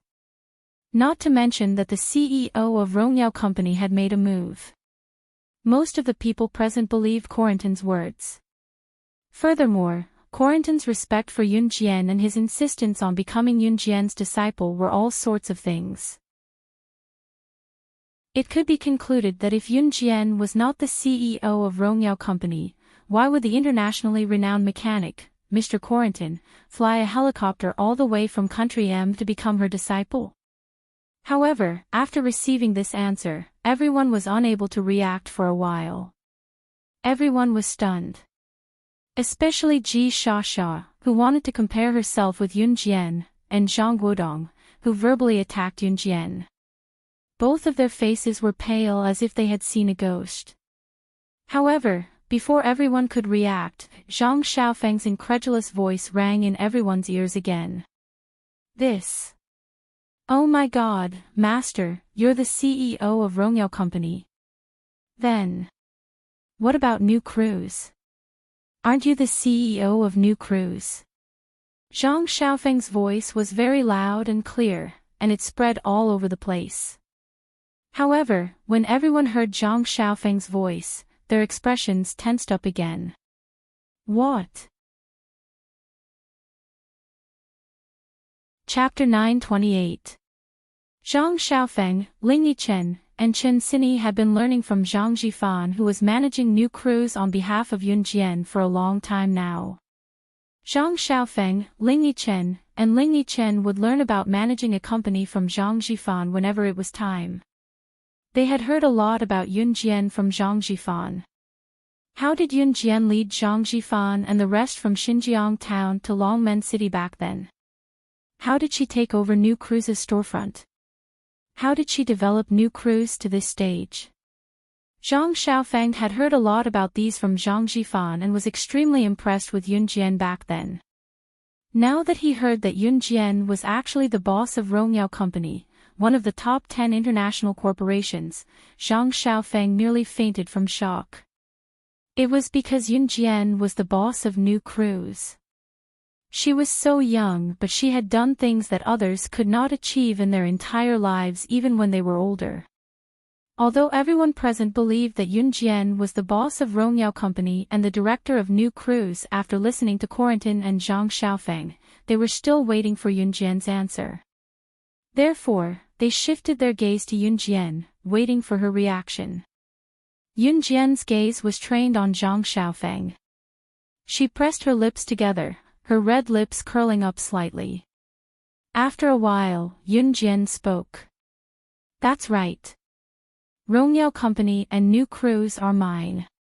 She was not afraid of publicity. Of course, so what if she did not admit it? Corentin, the old man, and Zhang Xiaofeng, the young man, had already revealed it. Corentin, the old man, and Zhang Xiaofeng snickered when they saw Yun Jian admit it.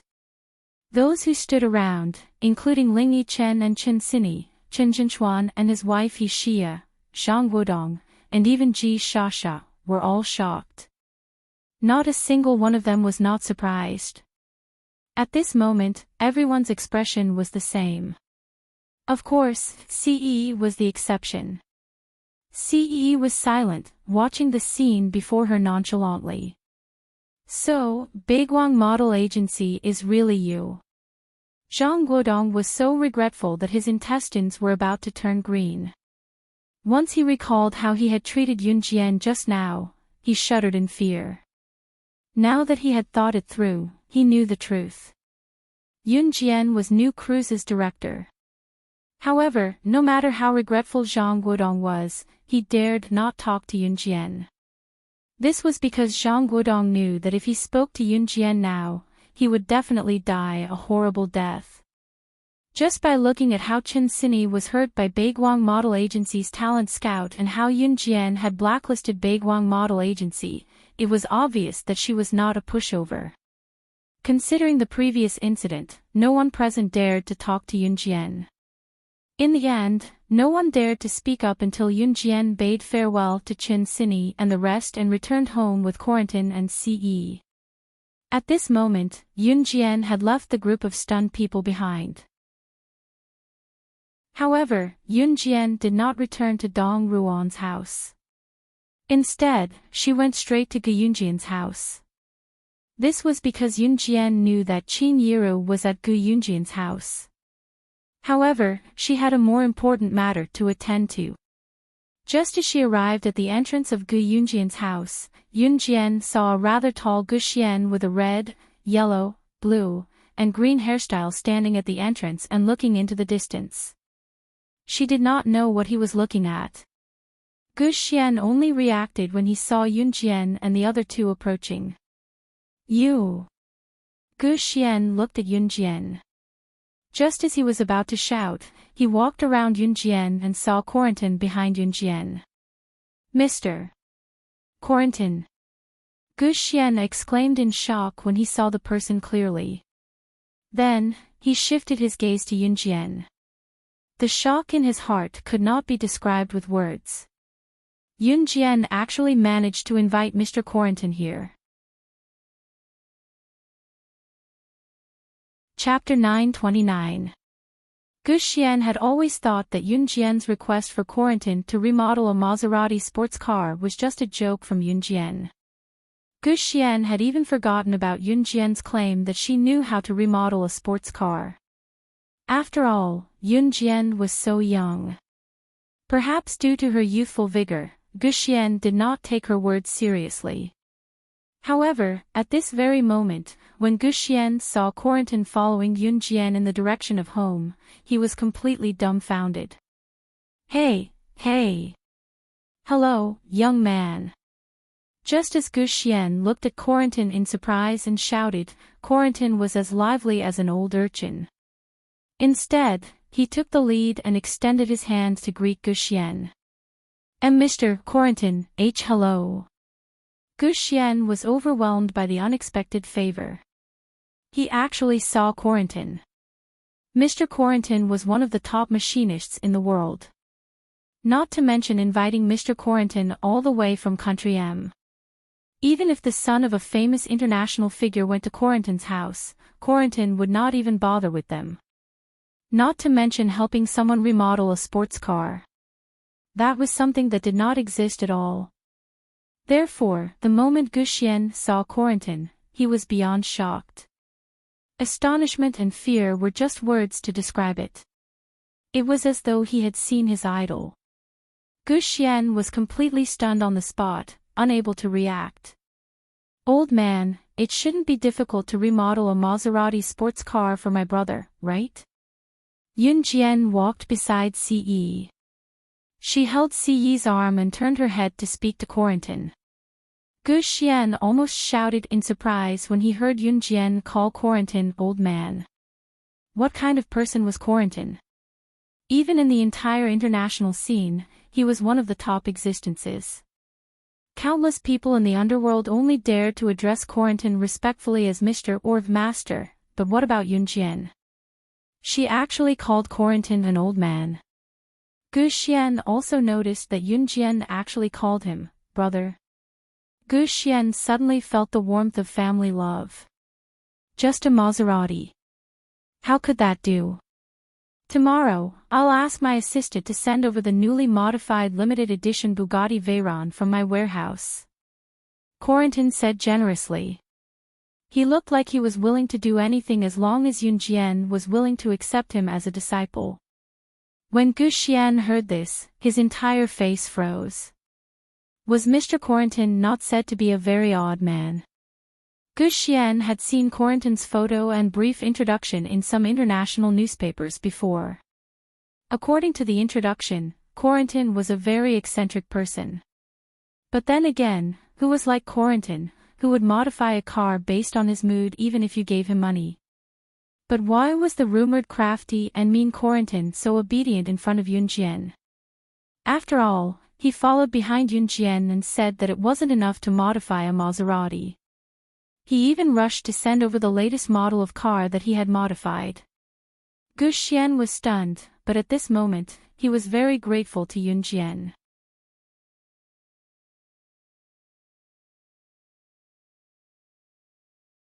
In the blink of an eye, it was the day of the Qingming Festival holiday. The Qingming Festival was one of the most important traditional festivals in Country Z. Therefore, most schools would have a 3-day holiday. This Thursday was the Qingming Festival, so school was dismissed on Wednesday afternoon.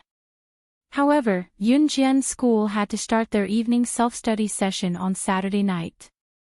On Wednesday of this week, Yunjian, Zhang Xiaofeng, and Zhang Jian carried their school bags and walked out of the school gate. As soon as she walked out of the school gate, she saw Gu Xian standing across the road and waving at her. Chapter 931. Gu Xian had taken a long leave of absence this time. He would still return to study abroad after this, but he could stay at home for the next few days. Corentin's arrival especially made Gu Xian even more reluctant to return to school early. Moreover, ever since Yunjian brought Corentin to Gu Xian that night, Gu Xian had been addressing Yunjian as little sister. Although Gu Xian and Yunjian were not blood-related at all, Yunjian could tell that Gu Xian truly treated her as a little sister. Gu Xian was Gu Yunjian's biological son.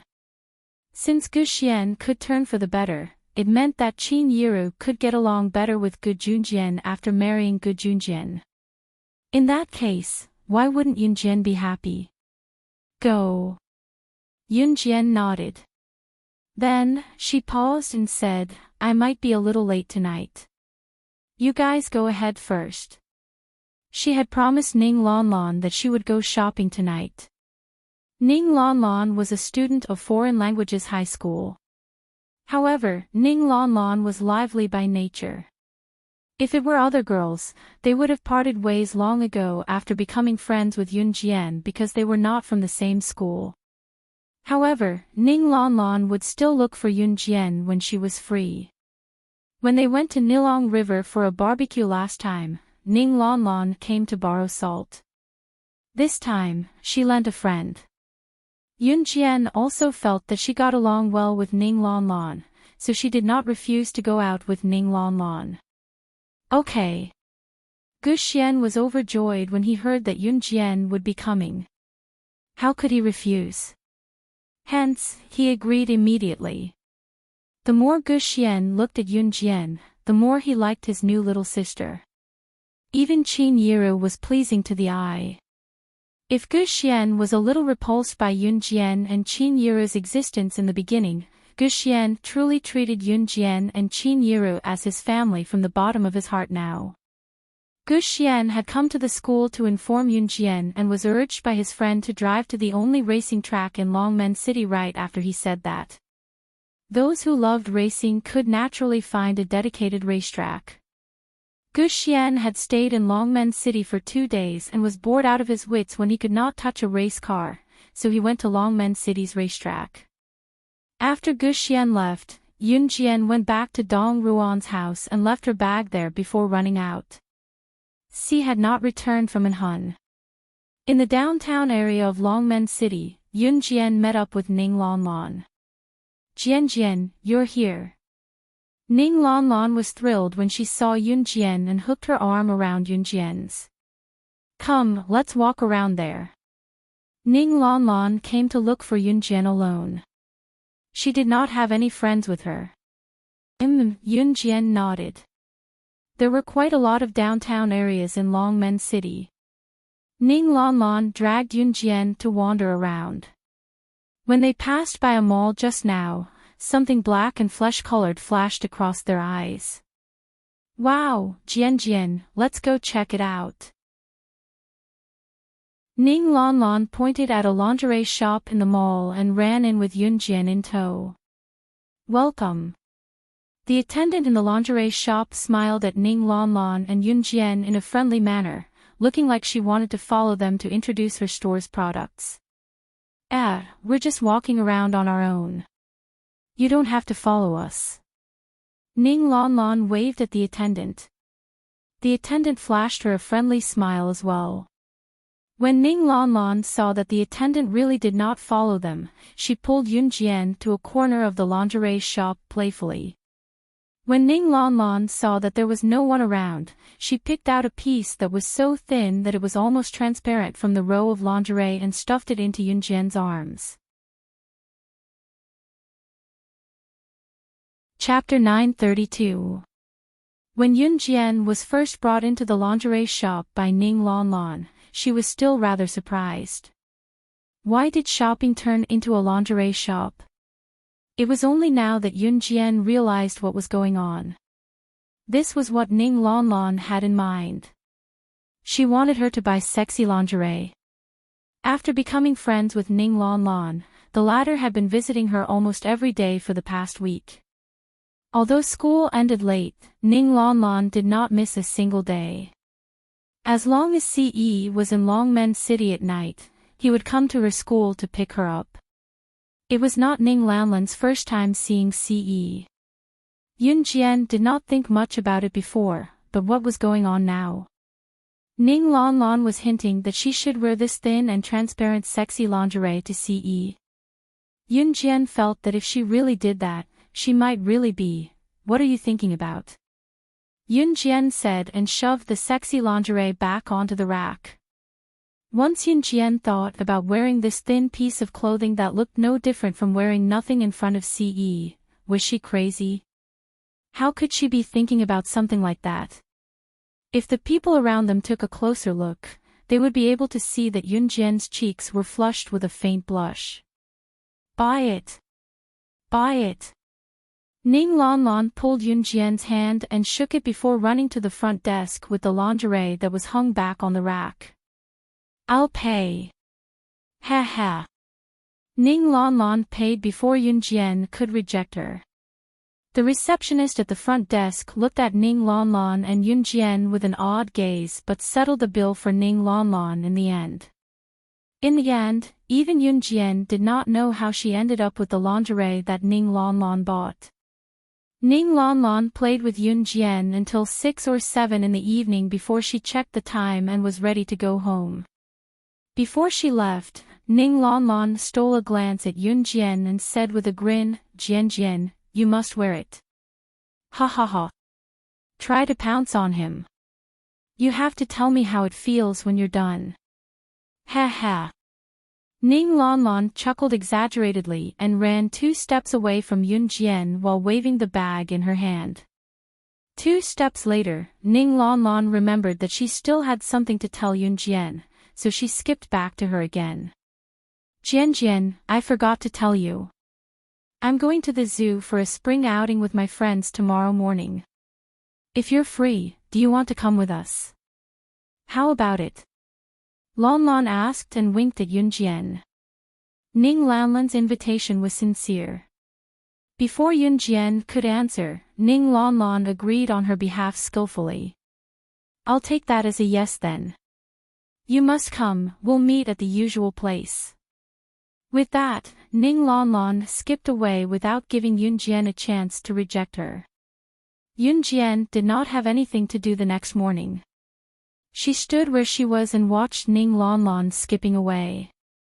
It was only when Ning Lon Lon was out of sight that Yunjian turned to go home. Holding the sexy lingerie in her hand, she felt a burning sensation in her hand. Of course, she had to put it back home first. Just as she stepped into the house, she was greeted by Qin Yiru. Yunjian called out, "Mom." Xiao Jian, have you eaten? I've put it in the pot for you. Go eat, Qin Yiru said and suddenly saw the big black bag in Yunjian's hand. Chapter 933. As Qin Yiru spoke, she habitually walked over and reached out to take the big black bag from Yunjian's hands. Usually, when Yunjian bought clothes, Qin Yiru would take the big bag that Yunjian brought back from shopping to have a look. Sometimes, she would also touch the fabric to see if it was durable or not. People of the parents' generation had a hard time when they were young, especially Qin Yiru.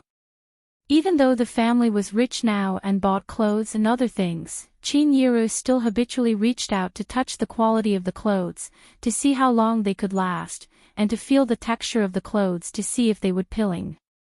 Therefore, when she saw Yunjian come back with the big black bag, Qin Yiru habitually thought that Yunjian bought clothes. She also habitually reached out to take the big bag from Yunjian's hands, and then poured out the clothes inside to have a look. If it was in the past, Yunjian would definitely reach out the bag to Qin Yiru. However, the clothes in the bag were not normal clothes.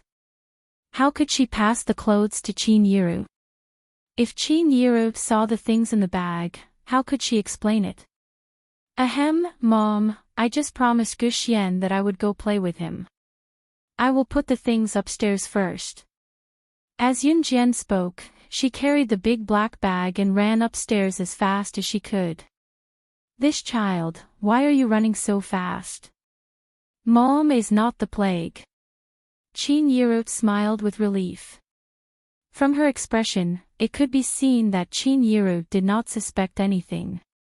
After a while, Yunjian came downstairs, but Yunjian did not have the big black bag in her hands. Qin Yiru naturally did not suspect anything. Mom, I'm going out, Yunjian said and left the place.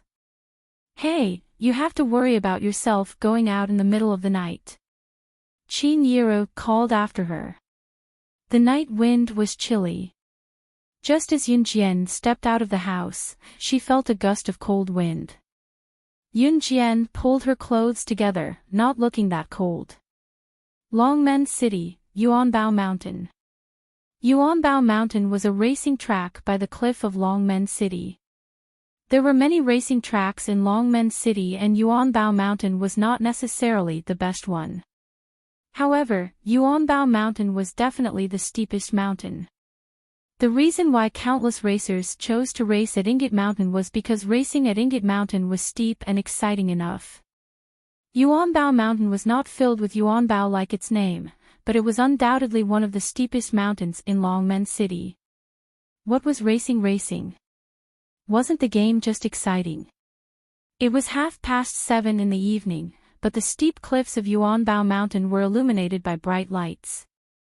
The racer's race was just the racer's race. Guxian was still standing where he was, checking his racing car with his two friends to see if it was fully equipped. This Maserati was recently remodeled by Corentin. Guxian was here today to see if this Maserati was good or not. Xian, it'll be our turn soon. One of Guxian's two friends said to Guxian. Guxian had brought 3 friends home this time. One of them was Shenjia, who was hospitalized after being beaten up by Yunjian. The other 2 were not bad. Guxian nodded and put on his helmet. Just as he put on his helmet, a group of people who looked more like hooligans than Guxian surrounded Guxian and his friends. The hooligan who stood at the front had a scar on his face, adding to his ferocity. Chapter 934. Guxian himself had dyed his hair red, yellow, blue, and green. He looked no different from a local ruffian. His red, yellow, blue, and green hair made Gu Xian look like a gangster. Therefore, when these gangsters surrounded Gu Xian, they treated Gu Xian as one of their own but from a different faction. When people of the same trade met each other, they would usually treat each other like enemies. Therefore, these gangsters who surrounded Gu Xian looked ferocious. One of Gu Xian's two friends was a foreigner while the other was from country Z, including Gu Xian himself. There were only 3 of them. Gu Xian's eyelids twitched when he was surrounded by these people. The gangster who stood at the front had a scar on his face and a crew cut. He looked strange as well. Standing in front of Gu Xian, he was much shorter than Gu Xian. It was probably because he could only see Gu Xian's chin when he raised his head. This made the gangster with a scar on his face and a crew cut very dissatisfied. F***ck, how dare you look down on me? Do you know who I am? Do you know Falcon Hall in Longmen City? My big brother is one of the higher-ups in Falcon Hall. Who the F***ck do you think you are? How dare you look down on me? Men, beat him until he's on his knees. The crew-cut hooligan opened his mouth very arrogantly to show off his power. We're new here and don't know the ways of the world. Please bear with us. Gu Xian was smart enough to speak up when he thought of this. If they were overseas, Gu Xian would have formed many gangs, but there were only 3 of them who came back this time. The best fighter, Shen Jia, had already been sent to the hospital by Yun Jian. There were only 3 of them left now. Gu Xian knew that it was useless to put on a brave front, so the best thing to do now was to make peace with these people who were obviously here to cause trouble. Ha, at least you have a good eye. The crew-cut man sneered at Gu Xian. He looked up at Gu Xian, spitting saliva all over Gu Xian's face. Gu Xian knew that the other party had the advantage in numbers, so he could only swallow his resentment. Next match, You're going to compete with our brother Guang, aren't you? The crew-cut man finally got down to business. Before Gu Xian could say anything, the crew-cut man continued, if you dare win our brother Guang in that match, don't think about leaving this place today. I'll make sure you won't be able to come back alive. The crew-cut guy threatened fiercely. As he spoke, the man with the crew cut walked around Gu Xian and stopped in front of the Maserati. The crew cut guy led a group of people to the front of the Maserati. He patted the sports car and said even more arrogantly, Yo, this car is not bad, right? Lend it to our brother Guang, how about it? He did not allow the other party to refute him. Gu Xian clenched his fists. He could not hold it in any longer. Screech. At this moment, a fiery red limited edition Ferrari sports car suddenly rushed up from the bottom of the hill. The sports car was like a gust of wind. Its speed was maximized, and it arrived in front of the crowd at lightning speed. The crew cut man and the others were stunned. Even Gu Xian was shocked. Whose car was this? How could it be so fast? It was twice as fast as Mr. Corrington's modified Maserati. In other words, it was 4 times better than an ordinary sports car. Gu Xian was also shocked. However, at this moment, the door of the Ferrari sports car opened and Yun Jian stepped out of the car. She turned off the listening device installed in the Maserati sports car to eavesdrop on the conversation between Gu Xian and the hooligans. As soon as she got out of the car, Yun Jian leaned lazily against the side of the Ferrari sports car. Looking at the hooligans, her eyes instantly turned cold. Chapter 935. From Yun Jian's appearance to Yun Jian's words to protect him, Gu Xian's heart was beating wildly. This was different from love and friendship. This was a form of protection from family. Gu Xian was not afraid to admit that at this moment, he felt tears welling up in his eyes. It felt as if his heart was suddenly hit by a warm wind. Gu Xian had never experienced such a feeling before. His eyes could not help but turn red. Even his biological mother had never protected him like this. Today, Yunjian, his sister who was not related to him by blood, actually stood out to protect him. Because he was momentarily moved, Guxian did not even notice that Yunjian had said, "my falcon hole." Because Yunjian was young, the crew cut guy and the rest did not even notice that Yunjian had said, "my falcon hole." However, it was undeniable that Yunjian's speed had indeed shocked the crew cut guy and the rest for a while. However, when they thought about it and saw Yunjian's delicate and beautiful face, the crew cut guy and the rest suddenly relaxed. Yo yo yo, where did this little girl come from? Why is she so pretty? The crew cut guy whistled, then led his group of hooligans to Yunjian's side and surrounded Yunjian. What are you doing? Seeing this, Guxian forgot about his initial intention of showing weakness. Although it was obvious that Yunjian was very skilled when she beat up Shinjia, Guxian only treated Yunjian as a younger sister who should be protected. Guxian quickly rushed in front of Yunjian and blocked the crew cut guy and the rest. Heh heh, kid, do you have a death wish? The crew cut guy cackled when he saw Guxian shielding Yunjian. These hooligans were notorious in Longmen City. They liked to tease pretty girls when they saw them and take them away by force when they got the chance. It was even common for them to rape a girl together. In spite of this, they were from Falcon Hall and the boss the crew cut guy mentioned was a higher-up in Falcon Hall. Therefore, no one dared to stop them even when they were stirring up trouble. Clenching his fists, Guxian gritted his teeth and said, "You guys can take the car. Mr. Corentin modified it." Guxian loved the Maserati sports car that Corentin had modified, to the point that he loved it as much as his own life. If Yunjian had not shown up today, Guxian would not have handed over the car even if he had to fight these hooligans to the death. After all, Guxian's love for this Maserati exceeded his love for his own life because it was Corentin who had personally modified it. However, Yunjian had shown up today. Looking at the crew cut guy and his gang, Guxian knew that they looked at Yunjian differently. Yunjian was skilled and had even entered her father's military training camp. However, no matter how good Yunjian was, she was only a girl. There were about a dozen people in the crew cut guy's gang. How could they possibly be a match for them? Therefore, Guxian reluctantly gave up the car and would rather have the crew cut guy drive the Maserati away to divert their attention from Yunjian before leaving with Yunjian. In short, the crew cut guy and his gang must not turn their attention to Yunjian. Yo yo yo, kid, you actually have a sports car modified by Mr. Corentin. The crew cut guy jumped in surprise and went to touch the Maserati. Chapter 936. The crew cut guy did temporarily shift his gaze from Yunjian to the Maserati, but it was only temporary. How could the crew cut guy let go of a girl's looks when they had taken a fancy to her?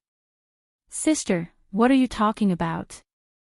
Guxian was shocked by Yunjian's words. He quickly turned to the side and whispered to Yunjian in the softest voice.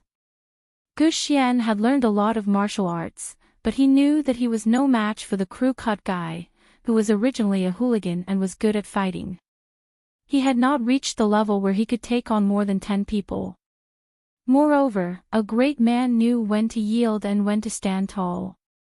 Originally, Guxian did not intend to tolerate being insulted to this extent. However, he had to tolerate it now. He still had Yunjian on his side. Moreover, wasn't it all because of Yunjian that Mr. Corentin could modify the Maserati sports car? Just based on this point, Guxian would protect Yunjian at all costs. It was because he was Yunjian's brother now too. However, while Guxian was doing this, the crew cut guy finally reacted to Yunjian's words. F***ck. How dare you say that my hands are dirty? The crew cut guy raised his voice. From the sudden ferocious expression on his face, it could be seen that he was really angry. Isn't it? Don't tell me you sprayed perfume on your hands. Yunjian did not mince her words at all. She then added, even if you sprayed perfume, your hands are still dirty. Pfft. Just as Yunjian finished speaking, Guxian's other brother, who was standing beside him, could not help but laugh out loud. Seeing Yunjian's serious look and suddenly hearing Yunjian's black-bellied words, Guxian's brother could not help but laugh out loud. F***ck. Hearing what Yunjian and Guxian said, the flat-top guy got even angrier. B***tch, I'm going to kill you. The man with the crew cut said. He raised his hand and wanted to rush over to give Yunjian a slap. However, before he could raise his hand, a hooligan with a crew cut ran out from the side of the path. Just as the crew cut guy was about to slap Yunjian, the hooligan pulled him back. He even whispered a few words into the crew cut guy's ear. Just as he said a few words, the crew cut man's expression changed. F***ck, count yourselves lucky. Kid, if you dare to beat my brother Guang later, you're dead meat. The crew cut guy didn't forget to say these words before he left.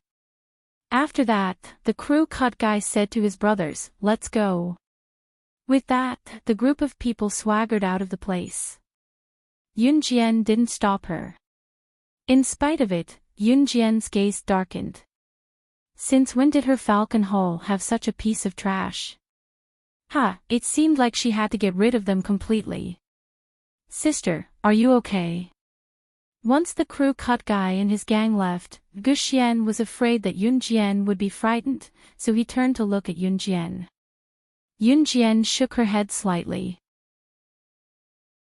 Then, she walked to her Ferrari and knocked on the hood of the Ferrari. She turned to Guxian and said, do you want to try this car of mine? It's twice as fast as Corentin's modified Maserati sports car. Twice as fast. Guxian exclaimed in surprise.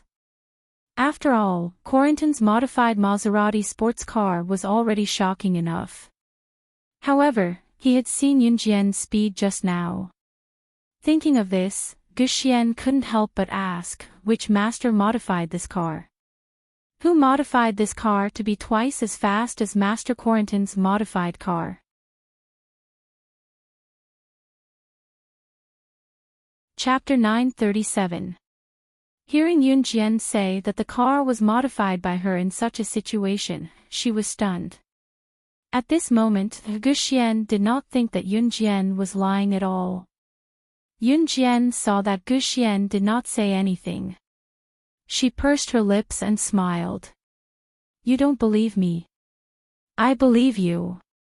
This time, it was Guxian who spoke with conviction. He really believed her. Yunjian could invite Mr. Corentin here and even make him beg to be Yunjian's disciple. What other reason could there be? There was no other reason except that Yunjian had more advanced mechanical skills than Mr. Corentin. Yunjian pursed her lips and smiled. Then she patted her Ferrari sports car and finally said to Guxian, go ahead. Don't worry about winning the race. With me around, those people won't dare to do anything to you. Guxian felt a warmth in his heart when he heard Yunjian's words. It felt like he was being protected by a family member. Even though Guxian thought that Yunjian was lying when she said that she could help him win the race without worry, Guxian was satisfied because he also experienced the feeling of family.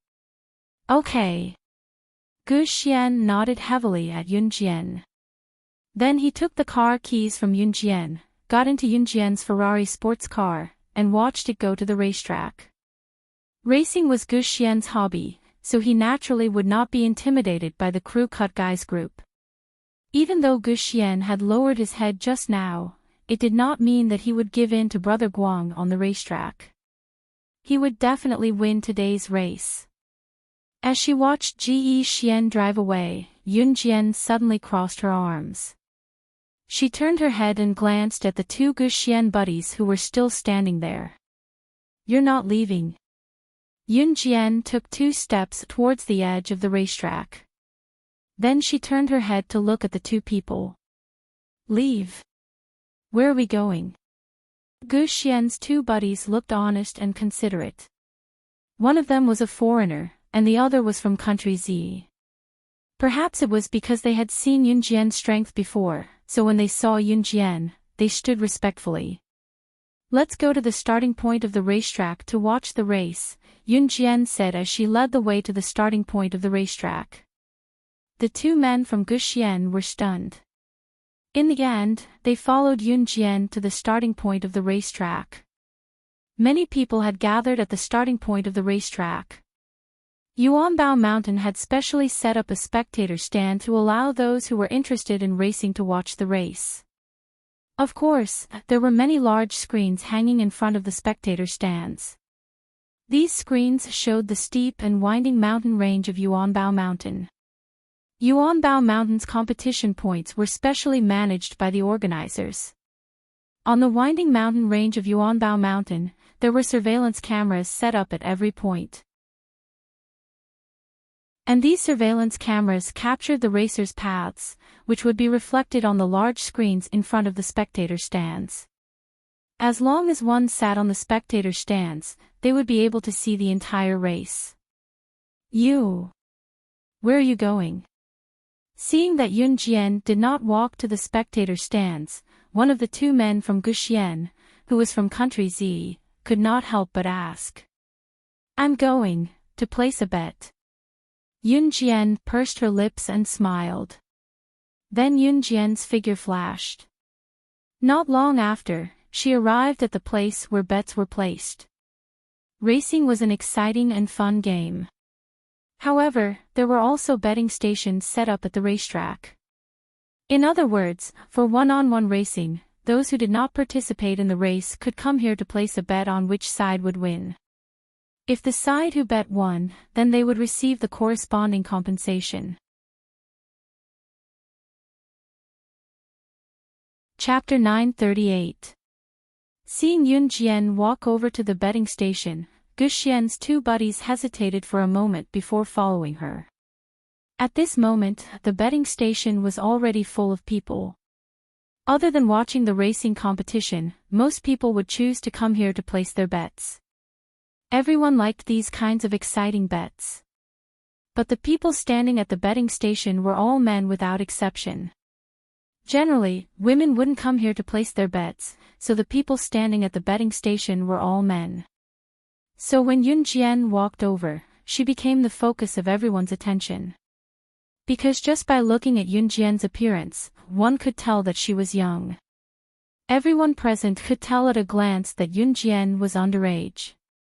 Hey, little girl, are you here to place your bets too? Why don't you go home early and come here to place your bets? This is what adults do. Go away, go place somewhere else.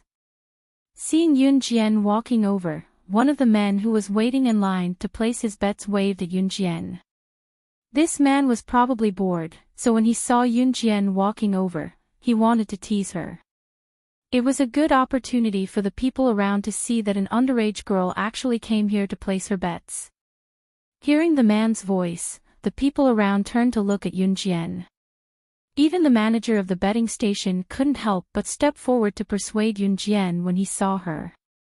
Little girl, the viewing platform is over there. You've gone to the wrong place. Upon hearing the manager's words, the surrounding group of people also retracted their gazes. If this little girl had gone to the wrong place, then it would be fine. But if such a young girl really came here to place her bets, then it would be scary. Just as the people around thought of this, Yun Jian had already arrived in front of the betting station. The people who had just looked away couldn't help but look at Yun Jian again, and at this time, they were all shocked. Could this underage girl really be here to place her bets? However, just as everyone present was thinking this, Yun Jian moved her red lips and smiled indifferently. Place your bets. As Yun Jian spoke, she took out a bank card from her pocket and gently placed it on the betting table. As soon as they heard that Yun Jian wanted to place a bet, the surrounding people didn't care about Yun Jian cutting the queue at all. What was wrong with this world? Even underage girls came here to place bets. However, just as everyone thought of this, Yun Jian's voice sounded again. 10 million for the red Ferrari sports car over there. Yun Jian pointed at the Ferrari in the distance that was ready for the race. Gu Xian was already waiting in the preparation area. The next round would be between him and Brother Guang. However, when Yun Jian uttered the words 10 million, everyone around her took a deep breath. 10 million. 10 million. Heavens, did they hear it wrong? The people who were lining up to place their bets were either the bosses of some companies or the sons of very rich families. Or some workers who were looking for entertainment and didn't have much money in their pockets. Of course, the bets were not divided into big or small, but the highest record of betting here was only a few million. At the very least, the group of people standing in front of her would only bet a few 100,000 at most, with tens, hundreds, or thousands of yuan at most. Originally, the people present felt that it was strange enough that an underage girl like Yun Jian came here to place a bet. But what did she say? 10 million. Was this a joke?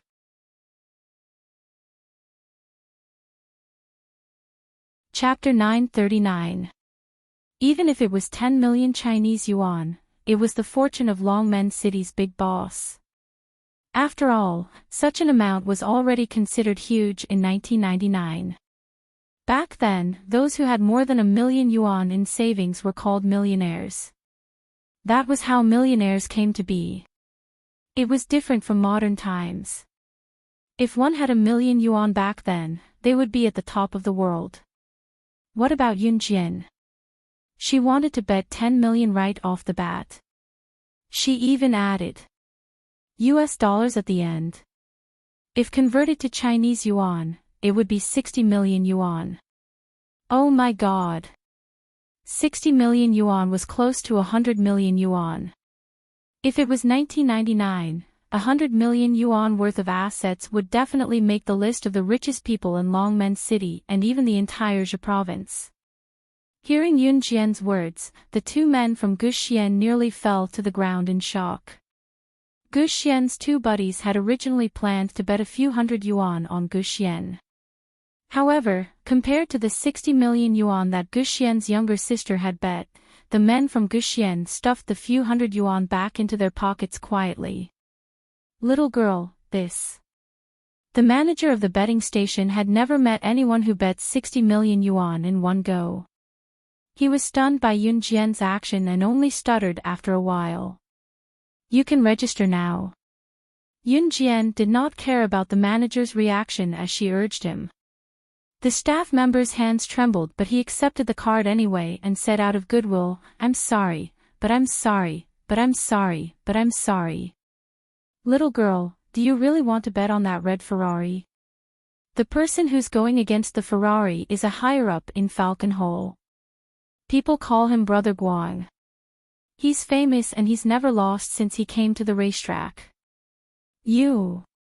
I'll bet on it, Yun Jian said before the manager could say anything else. All right. The manager naturally listened to Yun Jian and went through the procedures for Yun Jian with trembling hands. After Yun Jian placed her bet, she took the betting slip and went to the viewing platform.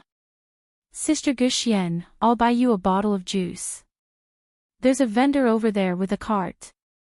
One of Gu Xian's buddies walked up to Yun Jian and flattered her. No need.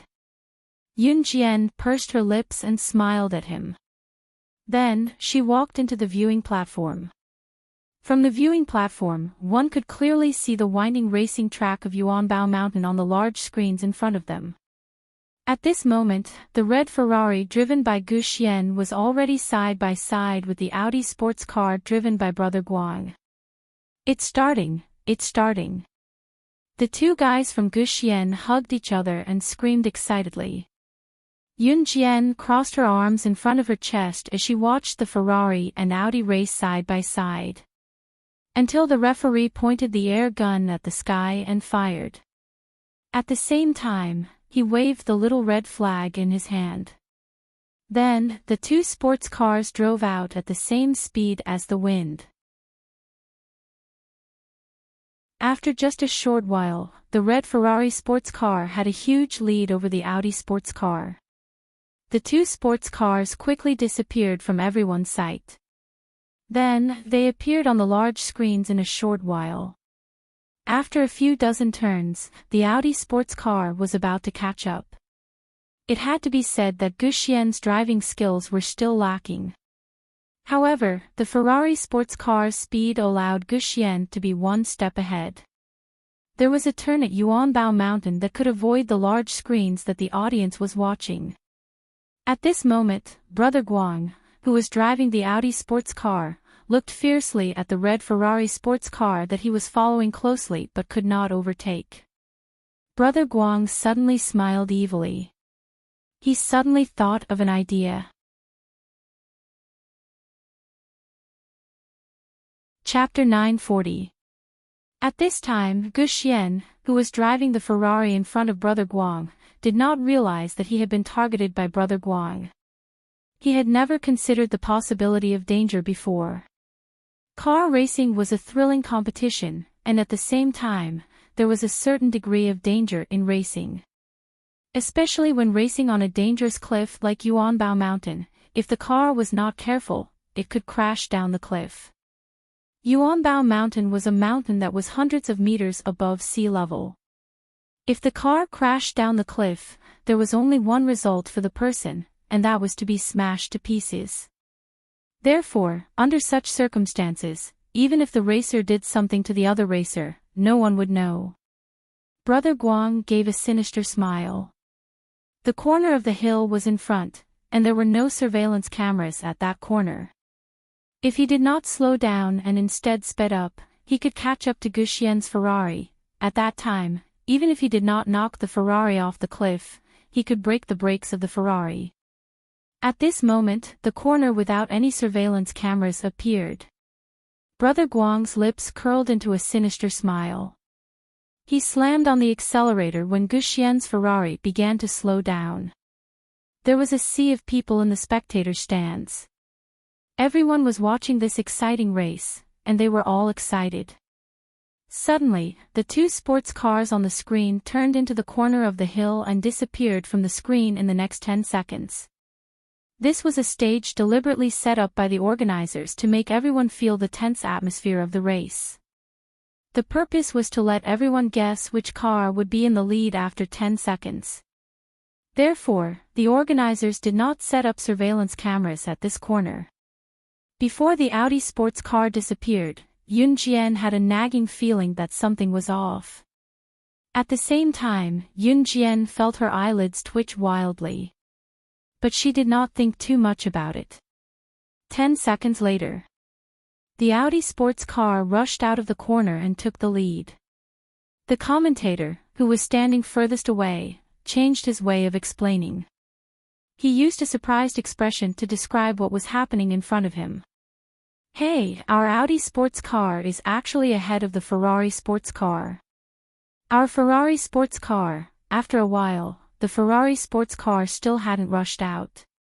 The commentator wanted to say, our Ferrari sports car actually fell behind at the end and was overtaken by the Audi sports car. But when the commentator said this, the Ferrari sports car still hadn't come out. What? What happened? Even the commentator felt a sense of lingering fear. Everyone was stunned by the commentator's words. However, everyone quickly reacted. If a sports car didn't appear after so long, and with the speed of a sports car, it was impossible for it to stop in an instant, it could only mean one thing: the sports car fell off the cliff. Or was there some other reason? However, at this moment, the red Ferrari sports car appeared on the screen again, but the difference was that this red Ferrari sports car was on the verge of collapse. It looked like, oh my god, the brakes of the Ferrari sports car are malfunctioning. The commentator quickly realized that something was wrong, and he quickly exclaimed. However, the moment the commentator exclaimed, under everyone's gaze, a thin figure leaped from the viewing platform. The figure jumped directly over everyone's heads from the fourth high step of the viewing platform and onto the flat ground. Everyone present saw this scene. At this moment, everyone was dumbfounded. However, when everyone came to their senses, they saw Yunjian running toward a sports car not far away. A wave of astonishment surged in the hearts of those present. Was she going to save the people in the Ferrari sports car whose brakes were out of control? How was this possible?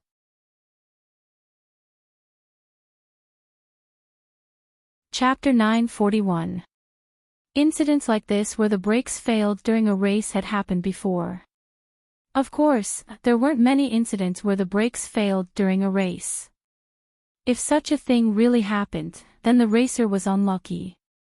Of course, there was another possibility that everyone was well aware of, but they wouldn't express it in words: man-made. Not only was racing a dangerous and exciting game, but there were also many shady dealings that everyone knew about. Of course, everyone knew about these shady dealings. Once it was discovered that the brakes had malfunctioned, the unlucky racer would usually end up dead or seriously injured.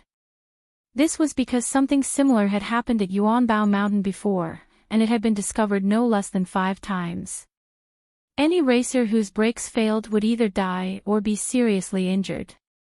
2 out of 5 would die, and even if they survived, they would be paralyzed. Therefore, when everyone saw Guxian's Ferrari lose control, their first thought was that Guxian was dead meat.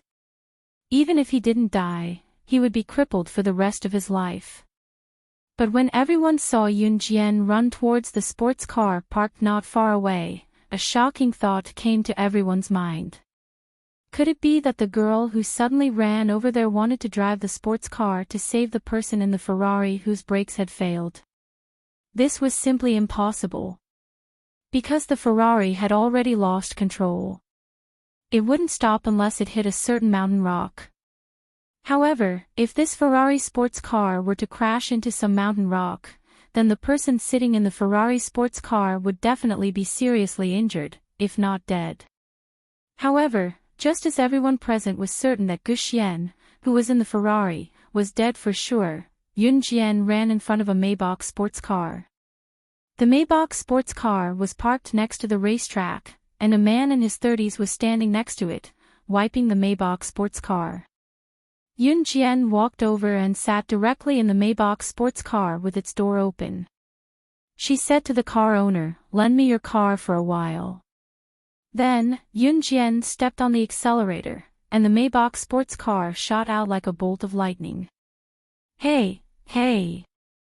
The man in his 30s, who was the owner of the Maybach sports car, waved at Yunjian, but the car had already been snatched away by Yunjian. The car owner, who was standing in place, was dumbfounded. He swallowed in shock and sighed deeply. Are all girls so fierce nowadays? However, at this moment, from the spectator stands, one could see that Yunjian had already driven the Maybach sports car in the opposite direction of Yuanbao Mountain.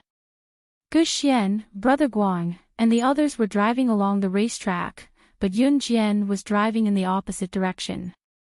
Driving in the opposite direction of the track, Yunjian could meet Guxian's Ferrari head-on. Yunjian's Maybach sports car. After that, the spectator stands were filled with the sound of people talking in fear. Heavens, what did that girl want to do? Is she going to save someone? That Ferrari sports car has already lost control. Even if she goes to save someone, she has no chance of winning. I feel like she's going to die. The spectators on the spectator stands watched nervously as Yunjian disappeared from everyone's sight. Not long after, she appeared on the large screen again. Chapter 942. Of course, everyone present didn't think that was possible. From the screen, it could be seen that the Ferrari sports car was already on a rampage, and it looked like it was about to collapse. Yun Jian was driving the Maybach sports car and was rushing in that direction. However, it was hard to say if Yun Jian's Maybach sports car would collide with Gu Xian's Ferrari sports car. Fortunately, it wasn't difficult for the people present to see that Gu Xian was driving the Ferrari sports car. Although the brakes had failed, the car was still moving forward. It couldn't stop or slow down. However, whether it was a cliff or a rock, he still turned the steering wheel with all his might.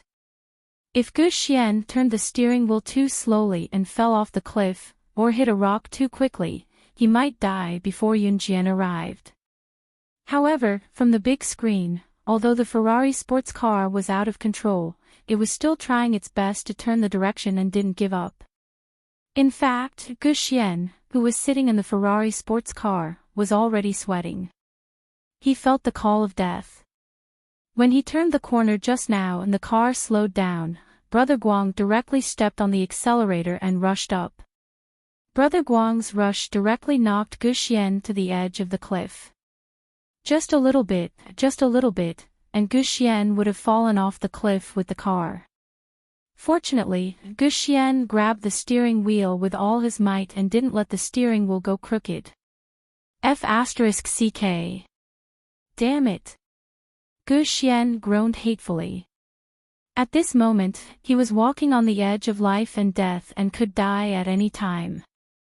This wasn't the time to be angry, so Gu Xian put aside his hatred for Brother Guang and focused on holding the steering wheel tightly. He, Gu Xian, couldn't die here like a coward.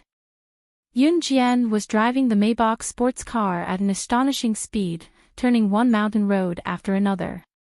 The moment Yun Jian turned a corner, the people sitting on the viewing platform shouted in shock, "Amazing!" At this moment, this group of people was shocked by Yun Jian's lightning-like driving skills. Oh my god! Am I seeing things? That girl hadn't even stepped on the brakes since she started the car. This is too amazing. Too frightening. I'm sure this girl is an expert racer. I've never seen such amazing driving skills. The crowd roared and commented. At this moment, Yun Jian, who was driving a Maybach sports car, happened to meet Brother Guang, who was driving an Audi sports car to the finish line. Yun Jian's car came from the opposite direction of the finish line, so it bumped into Brother Guang's Audi. Yun Jian brushed past Brother Guang's Audi just like that. However, the moment she brushed past Brother Guang's Audi, a murderous look flashed across Yun Jian's eyes. Brother Guang was the first to arrive at the finish line without any obstacles. As soon as he got out of the car, he flashed a victorious smile at the camera. He had already sent the crew cut guy and the others to warn Gu Xian, but in the end, Gu Xian did not listen and insisted on getting ahead of him. If that's the case, then go to hell. Brother Guang turned his head to look at the large screen in front of him. He thought he would see the scene of the Ferrari sports car crashing into a cliff or hitting a mountain bike and dying. But what Brother Guang saw was this: Yun Jian's Maybach sports car had already collided with the Ferrari sports car. However, just when everyone present thought that Yun Jian was powerless, Yun Jian suddenly stepped on the brakes. Is she crazy? Does she want that Ferrari sports car to hit her and send her flying? She actually wants to use her own car to stop that Ferrari sports car. Someone exclaimed.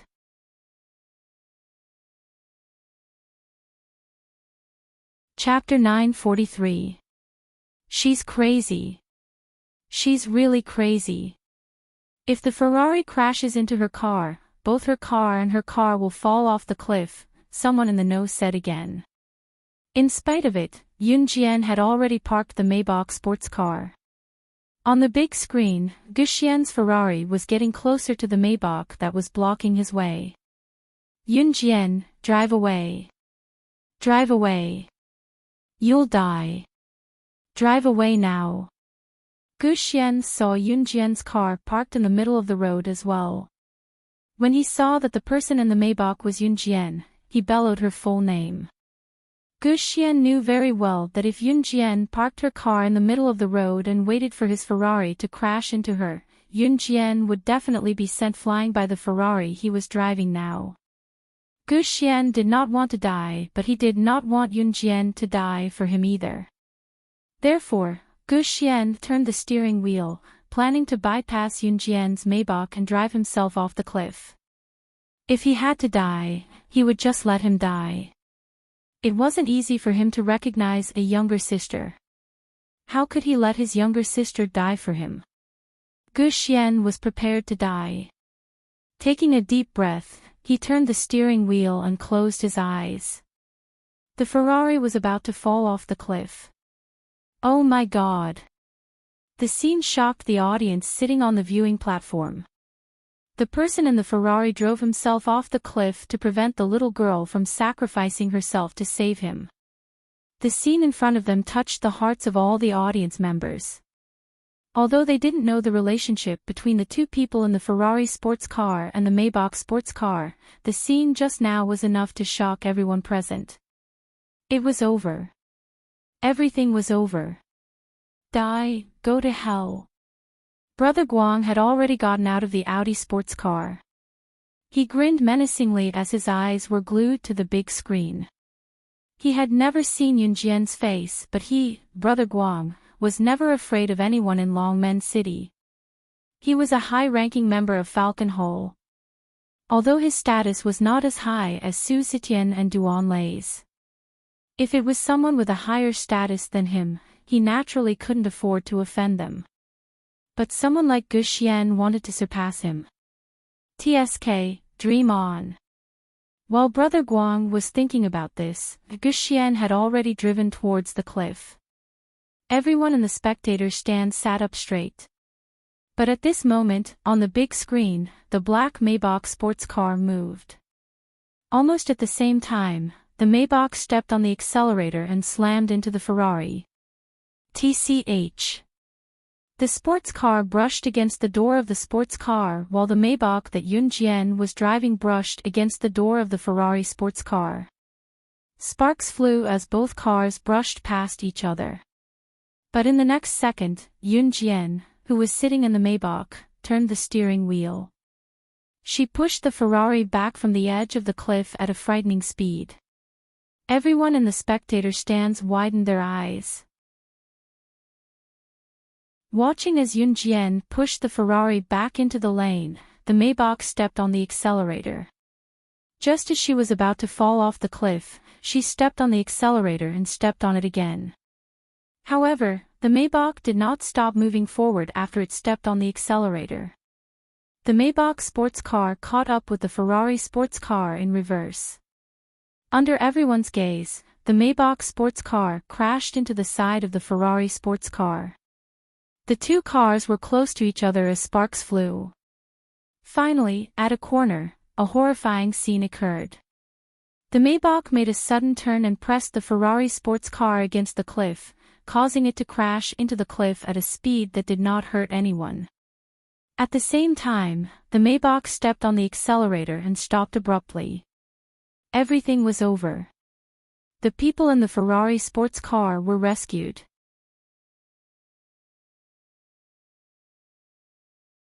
Chapter 944.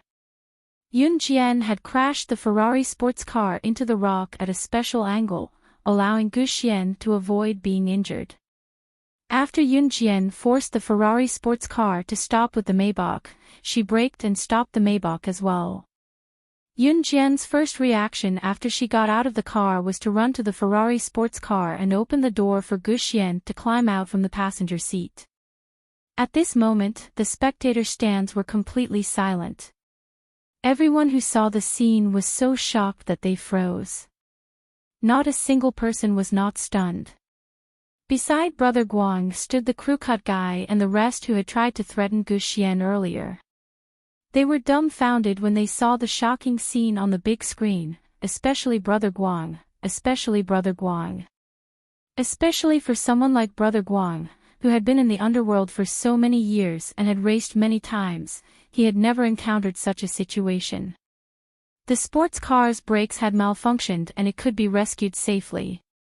Yun Jian had used the Maybach sports car to forcefully stop the Ferrari sports car whose brakes had malfunctioned. As it turned out, the scene had shocked everyone present. Such a feat was unheard of even in the entire Zhe province in country Z, let alone Longmen City. How good must one's driving skills be to be able to pull it off? After all, the Maybach sports car had rescued the Ferrari sports car from the edge of the cliff. The Ferrari sports car had initially planned to fall off the cliff by itself, but what happened in the end? The Maybach sports car had managed to push the Ferrari sports car back from the edge of the cliff. More importantly, the people in the two sports cars were not hurt at all. As the surveillance cameras on the road were installed with reflectors and Yun Jian had walked to the Ferrari sports car with the camera on her back, the screen in front of the spectator stands could not see Yun Jian's face clearly. Yun Jian had already walked to the passenger seat of the Ferrari sports car. She opened the door and said to Guxian, "Come out." Guxian had yet to recover from the shock of almost falling off the cliff. He was panting desperately, looking like he had been given quite a fright. When Guxian recovered, he looked at Yun Jian. The moment he turned his head, he saw the front of the Ferrari sports car had crashed into the rock and was dented. The car was damaged. "Sister, I'm sorry. I damaged your car." Guxian lowered his head in self-reproach. "Isn't it just a scratch? The car can be repaired if it's damaged. Mine has been wrecked hundreds of times, it won't make a difference to you this time," Yun Jian said with a lazy smirk with her arms crossed. In her previous life, she drove this car whenever she went out on a mission. This Ferrari sports car had been scrapped hundreds of times, but it was always repaired by her until it was as good as new. Guxian's head snapped up when he heard what Yun Jian said, and he eventually got out of the Ferrari sports car under her gaze. The crowd in the spectator stands had all reached the finish line. Yun Jian drove Guxian back to the finish line in the Maybach sports car. Everyone in the spectator stands screamed as they watched Yun Jian drive back. Her astounding driving skills just now had made her the god of racing in their hearts. After Yun Jian and Guxian got out of the car, two of Guxian's buddies came over to help Guxian. Yun Jian, on the other hand, went straight to Brother Guang and the others who had fled. Brother Guang and the others were about to flee, but just as they were about to carry Yun Jian away, Yun Jian's voice came slowly, "Where do you think you're going?" Her voice was like a demon from hell. Although Brother Guang had never seen Yun Jian's face, he could not help but tremble violently with Yun Jian on his back. In spite of it, Brother Guang still said arrogantly as he turned around, "Ha, do you think you're—" Just as he said that, Brother Guang caught sight of Yun Jian's face. Once he saw Yun Jian's face, Brother Guang fell to his knees with a thud. His eyes widened in fear as he stuttered, "Sister Jian. Sister Jian."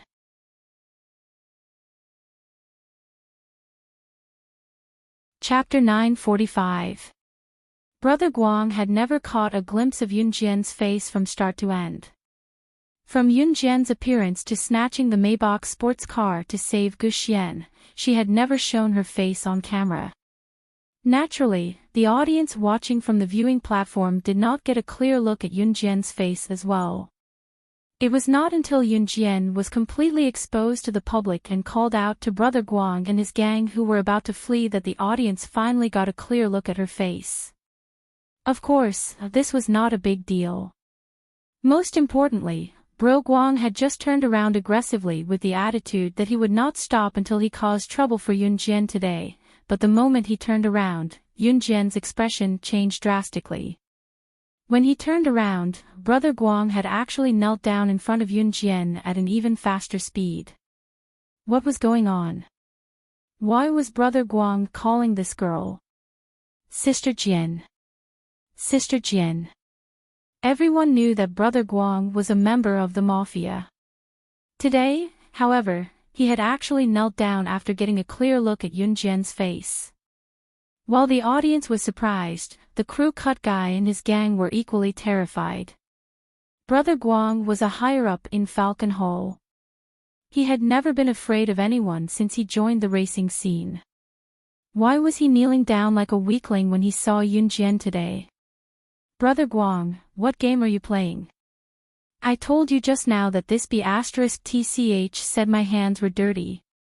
I didn't *king kill her just now, I'll do it to her right now. The crew cut guy had a conflict with Yunjian previously, so he held a strong opinion of Yunjian. Seeing Brother Guang kneeling down in front of Yunjian, the crew cut guy did not react at all. He even walked toward Yunjian as if he would lose face if he did not beat up Yunjian. Brother Guang had heard the crew cut guy complain about what happened between him and Yunjian before. If it had been just now, Brother Guang would have been furious when he heard what the crew cut guy said. What about now? Brother Guang was a senior executive of Falcon Hall. He had been in Falcon Hall for a few years and had naturally seen the current boss of Falcon Hall. Obviously, Brother Guang had only seen Yunjian from afar, so he didn't recognize Yunjian. When Brother Guang heard that the crew cut guy was going to mess with Yunjian, he was so scared that he grabbed the crew cut guy. Brother Guang stood up and punched the crew cut guy in front of everyone. This punch sent the crew cut guy to the ground. *ck, shut your dirty mouth. If you dare badmouth Sister Jian in front of me again, I'll beat you to death. Brother Guang scolded the crew cut guy loudly. In fact, Brother Guang was thinking that he had actually challenged Sister Jian. The person who tried to kill Sister Jian with the car just now. When Brother Guang thought of this, his whole body trembled. Therefore, he thought that he could make up for it before things reached a point of no return. It would be best to push all the blame onto the crew cut guy. In spite of it, Yunjian was not someone who could not see the truth. Watching Yunjian walk toward him, Brother Guang was shaking all over. Sister Jian, it's this guy's fault. You're a magnanimous person, please don't. Brother Guang trailed off. Yunjian was already striding to Brother Guang and stomped on his chest right in front of everyone, sending him flying several meters away from his kneeling position. The people around them were terrified and bewildered. How dare this girl treat Brother Guang, who was a senior executive of Falcon Hall, like this? Was she not afraid of Falcon Hall's revenge? Just as they thought so, Yunjian's voice rang again. Do you think I'm an idiot? Let me tell you, the Ferrari sports car you just wrecked is my car. The person you want to kill is my brother.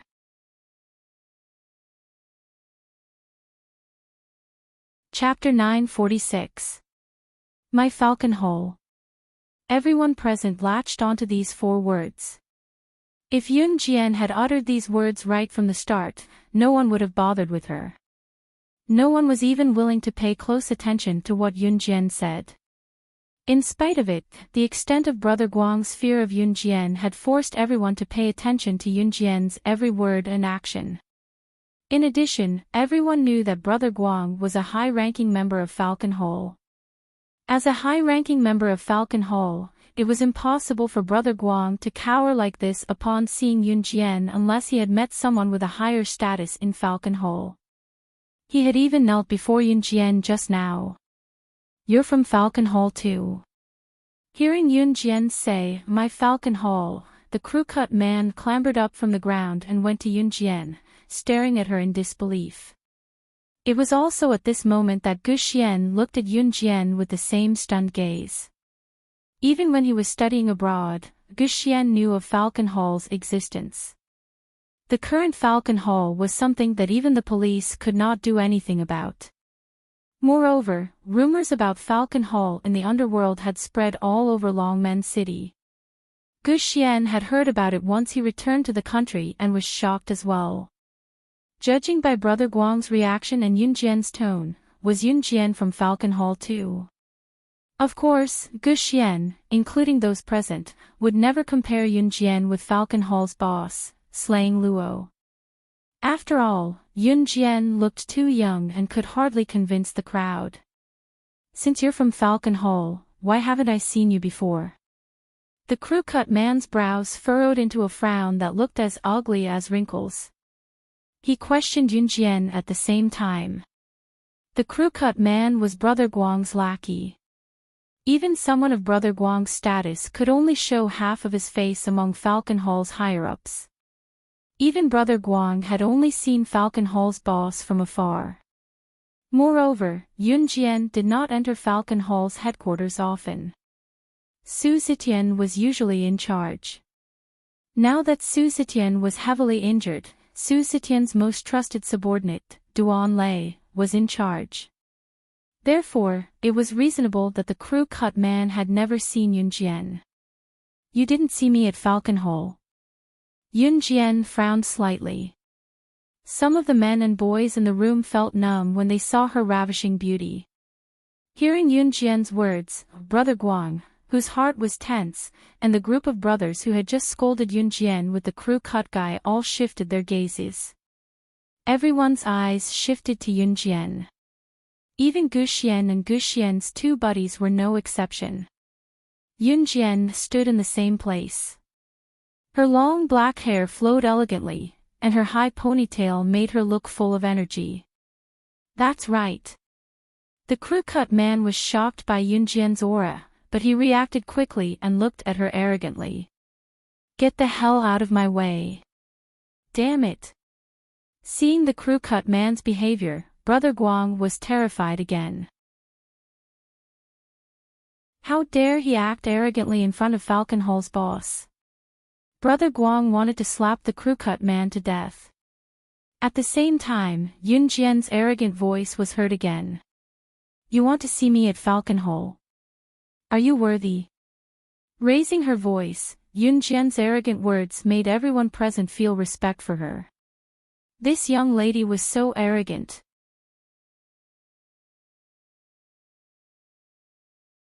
Chapter 947.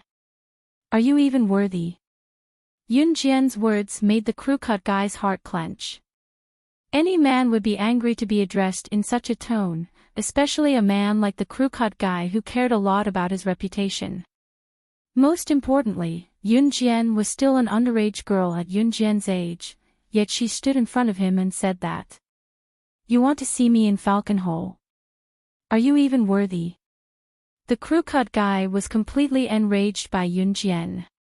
He did not even care why Brother Guang was so afraid of Yun Jian anymore. Are you F***king looking for death? I'm going to kill you today. I'm not human. The crew-cut guy was instantly enraged. He ignored Brother Guang's attempts to stop him and insisted on walking towards Yun Jian. The crew-cut guy was his subordinate. Brother Guang knew that if the crew-cut guy offended Yun Jian today, he would not be far from death. Brother Guang's heart skipped a beat. He was almost scared to death by the crew-cut guy's actions. However, just as the crew-cut guy was about to approach Yun Jian, Brother Guang's angry roar was heard. Zhuoping, you're crazy. She's the boss of Falcon Hall. Do you still want to live here? Zhuoping was the crew-cut guy's name. Brother Guang called out the crew-cut guy's full name. Brother Guang really had no other choice. That was why he had to say it out loud.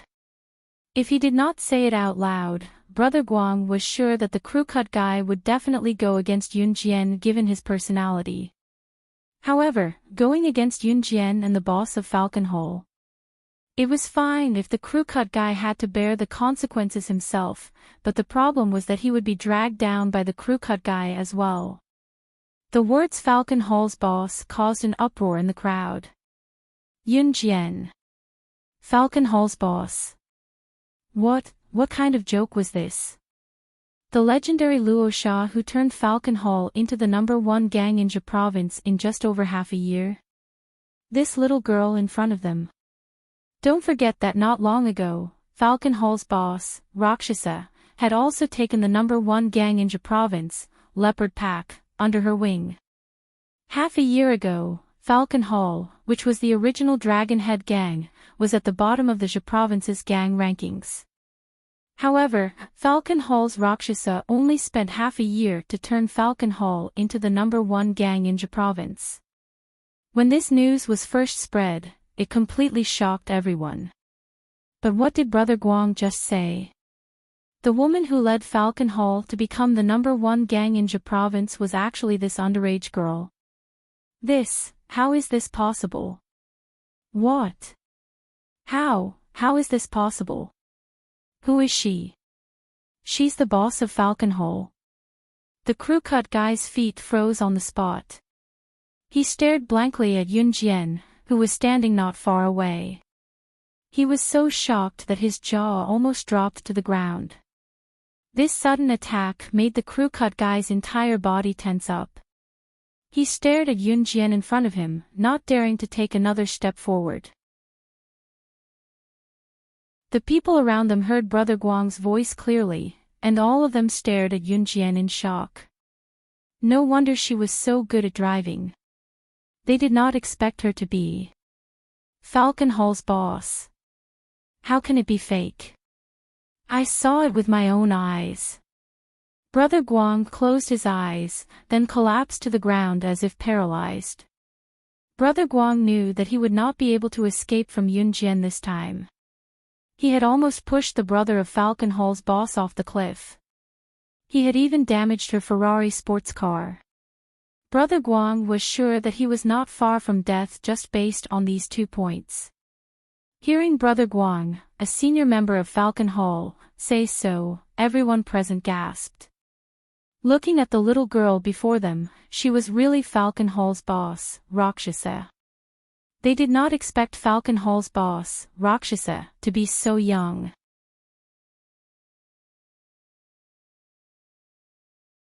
Chapter 948. While everyone was still in shock, Yun Jian had already walked up to Brother Guang and the gang. You guys know Falcon Hall's rules as well, Yun Jian said, her meaning clear.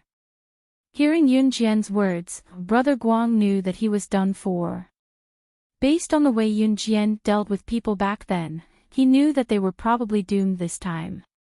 Back then, Flying Passage's boss had sent a sniper to injure Su Zetian severely, forcing him to the brink of death. After Yun Jian rescued Su Zetian by force, she went to Flying Passage alone without a word and annihilated the entire gang. With this incident alone, Brother Guang knew that he was doomed this time. Falcon Hall had made it clear that no one from Falcon Hall was allowed to use Falcon Hall's name to stir up trouble outside. However, Brother Guang had done this many times. He had even used Falcon Hall's name to coerce many beautiful girls and women. He had done such things many times. Back then, Brother Guang thought that it would be fine as long as he took it easy and did not get caught. Never in his wildest dreams would he have thought that he would be caught red-handed by his own gang's boss. I know. Brother Guang was trembling in fear, but he still spoke up fearfully under Yun Jian's pressure. Those who violate Falcon Hall's rules, those who treat Falcon Hall's rules as child's play, have their hands crippled and are expelled from the gang. Yun Jian's eyes flickered, looking like a born king. Her words and actions were like nightmares from hell. Brother Guang pounced to Yun Jian again and knelt down. Sister Jian. Sister Jian. Please give me another chance. No, please don't cripple my hands. I'll leave Falcon Hall, leave Falcon Hall. If his hands were crippled, he would really be a cripple. Brother Guang knew that his expulsion from Falcon Hall was inevitable. This is just one of the reasons. We haven't settled our personal score yet. Yun Jian evaded Brother Guang's kneeling without a trace, her icy expression showing no intention of going easy on him. Personal score. Brother Guang shuddered. Yun Jian's voice rang again with a chilling tone. You crashed into my brother's Ferrari on purpose just now, causing its brakes to malfunction and he almost lost his life. Also, that scrapped Ferrari sports car is mine. How do you think we should settle this debt? Yunjian's words made everyone's eyes widen in fear. What? The Ferrari's brakes did not malfunction, but someone else did it.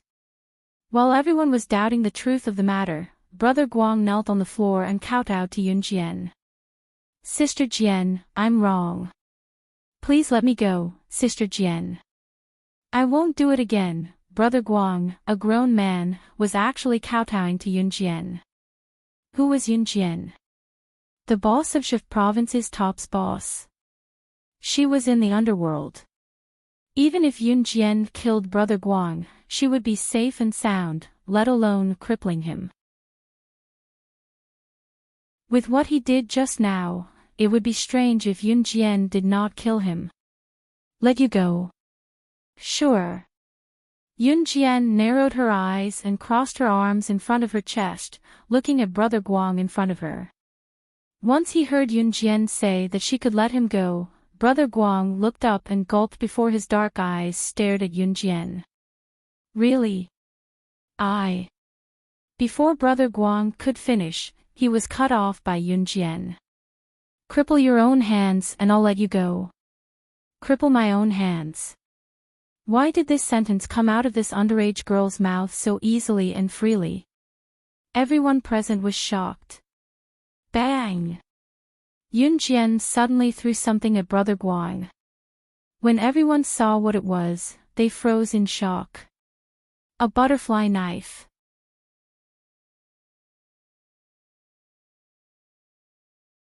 Chapter 949. Brother Guang watched as Yunjian tossed a butterfly knife in front of him, his whole body trembling in fear. Jian. Brother Guang dared not cripple his own hand. He did not have the courage to do so, so he begged for mercy. Yunjian cut him short and hollered, "Do it." Brother Guang shuddered. Just as Brother Guang was shivering, Yunjian suddenly stepped on the butterfly knife on the ground and kicked it away. The butterfly knife bounced up from the ground due to the force of her foot. Yunjian flipped her hand and caught the butterfly knife that had bounced up from the ground. Since you're not doing it, I'll help you. Yunjian smirked sinisterly and held the butterfly knife in a reverse grip, taking a step closer to Brother Guang. No, I'm wrong. Brother Guang shifted from kneeling to sitting on the ground and shifted his buttocks backward. As he retreated, Brother Guang's body trembled even more. The moment Yunjian raised her hand, Brother Guang shut his eyes in fear. Huff huff. The night breeze was still blowing. The people around them dared not make a sound. Hence, the sound of the night breeze became louder. As the wind blew, Brother Guang did not feel the butterfly knife in Yunjian's hand falling toward him. When he opened his eyes, he saw Yunjian walking away. He sucked in a breath and saw Yunjian and Guxian walking away. Yunjian was still holding a phone in her hand and was telling Duanlei about the incident. Of course, Yunjian would not let Brother Guang go so easily, but she did not plan to do it herself because it was dirty. When Brother Guang relaxed, he heard Yunjian calling Duanlei from afar. When he heard himself mentioned, Brother Guang's ears perked up, but he only heard 3 words from Yunjian. Torture him to death. Brother Guang fainted on the spot upon hearing Yunjian's words. At this time, Yunjian had already arrived in front of the owner of the Maybach sports car that she had just snatched. This Maybach sports car was used by Yunjian to rescue Guxian, and the car door was damaged in many places. Yunjian compensated the car owner with a lot of money. She also sent her Ferrari sports car to the original Ferrari company for repair. In her previous life, every time Yunjian damaged her car, she would bring it to a Ferrari sports car company to be repaired. Yunjian's Ferrari had to be repaired for a period of time, so in the meantime, Yunjian could only drive Ci's Lamborghini. Yunjian, on the other hand, did not mind. She could easily get Ci's Lamborghini if she wanted to. Yunjian contacted the original company of the Ferrari sports car and told them the address. Someone would come to pick it up. It could be considered a one-stop service. By the time Yun Jian was done, it was already very late. Gu Xian felt sorry for Yun Jian. She lent her Ferrari sports car to him, and he even damaged it. However, Gu Xian was relieved when he saw Yun Jian's nonchalant look. "Sister, are you really the boss of Falcon Hole?" Gu Xian had been holding back for a long time, but he finally asked the question. "Yes." Yun Jian did not hide it at all. "Does Dad know about this?" Gu Xian was silent for a moment before he asked. "No." Yun Jian's answer was very straightforward. "Then it's better not to let Dad know about this. Besides, you're still in the military." Gu Xian paused for a moment before he continued, "Also, don't let anyone with ulterior motives know about this. You're tuning into the LoveLore Library YouTube channel. We're so grateful for your support, and don't forget to subscribe to join us on this incredible journey through captivating stories. Your generosity through donations truly makes a world of difference, as it's the primary source of revenue that allows me to expand and enhance this channel for you. Thank you from the bottom of my heart for being a part of this adventure."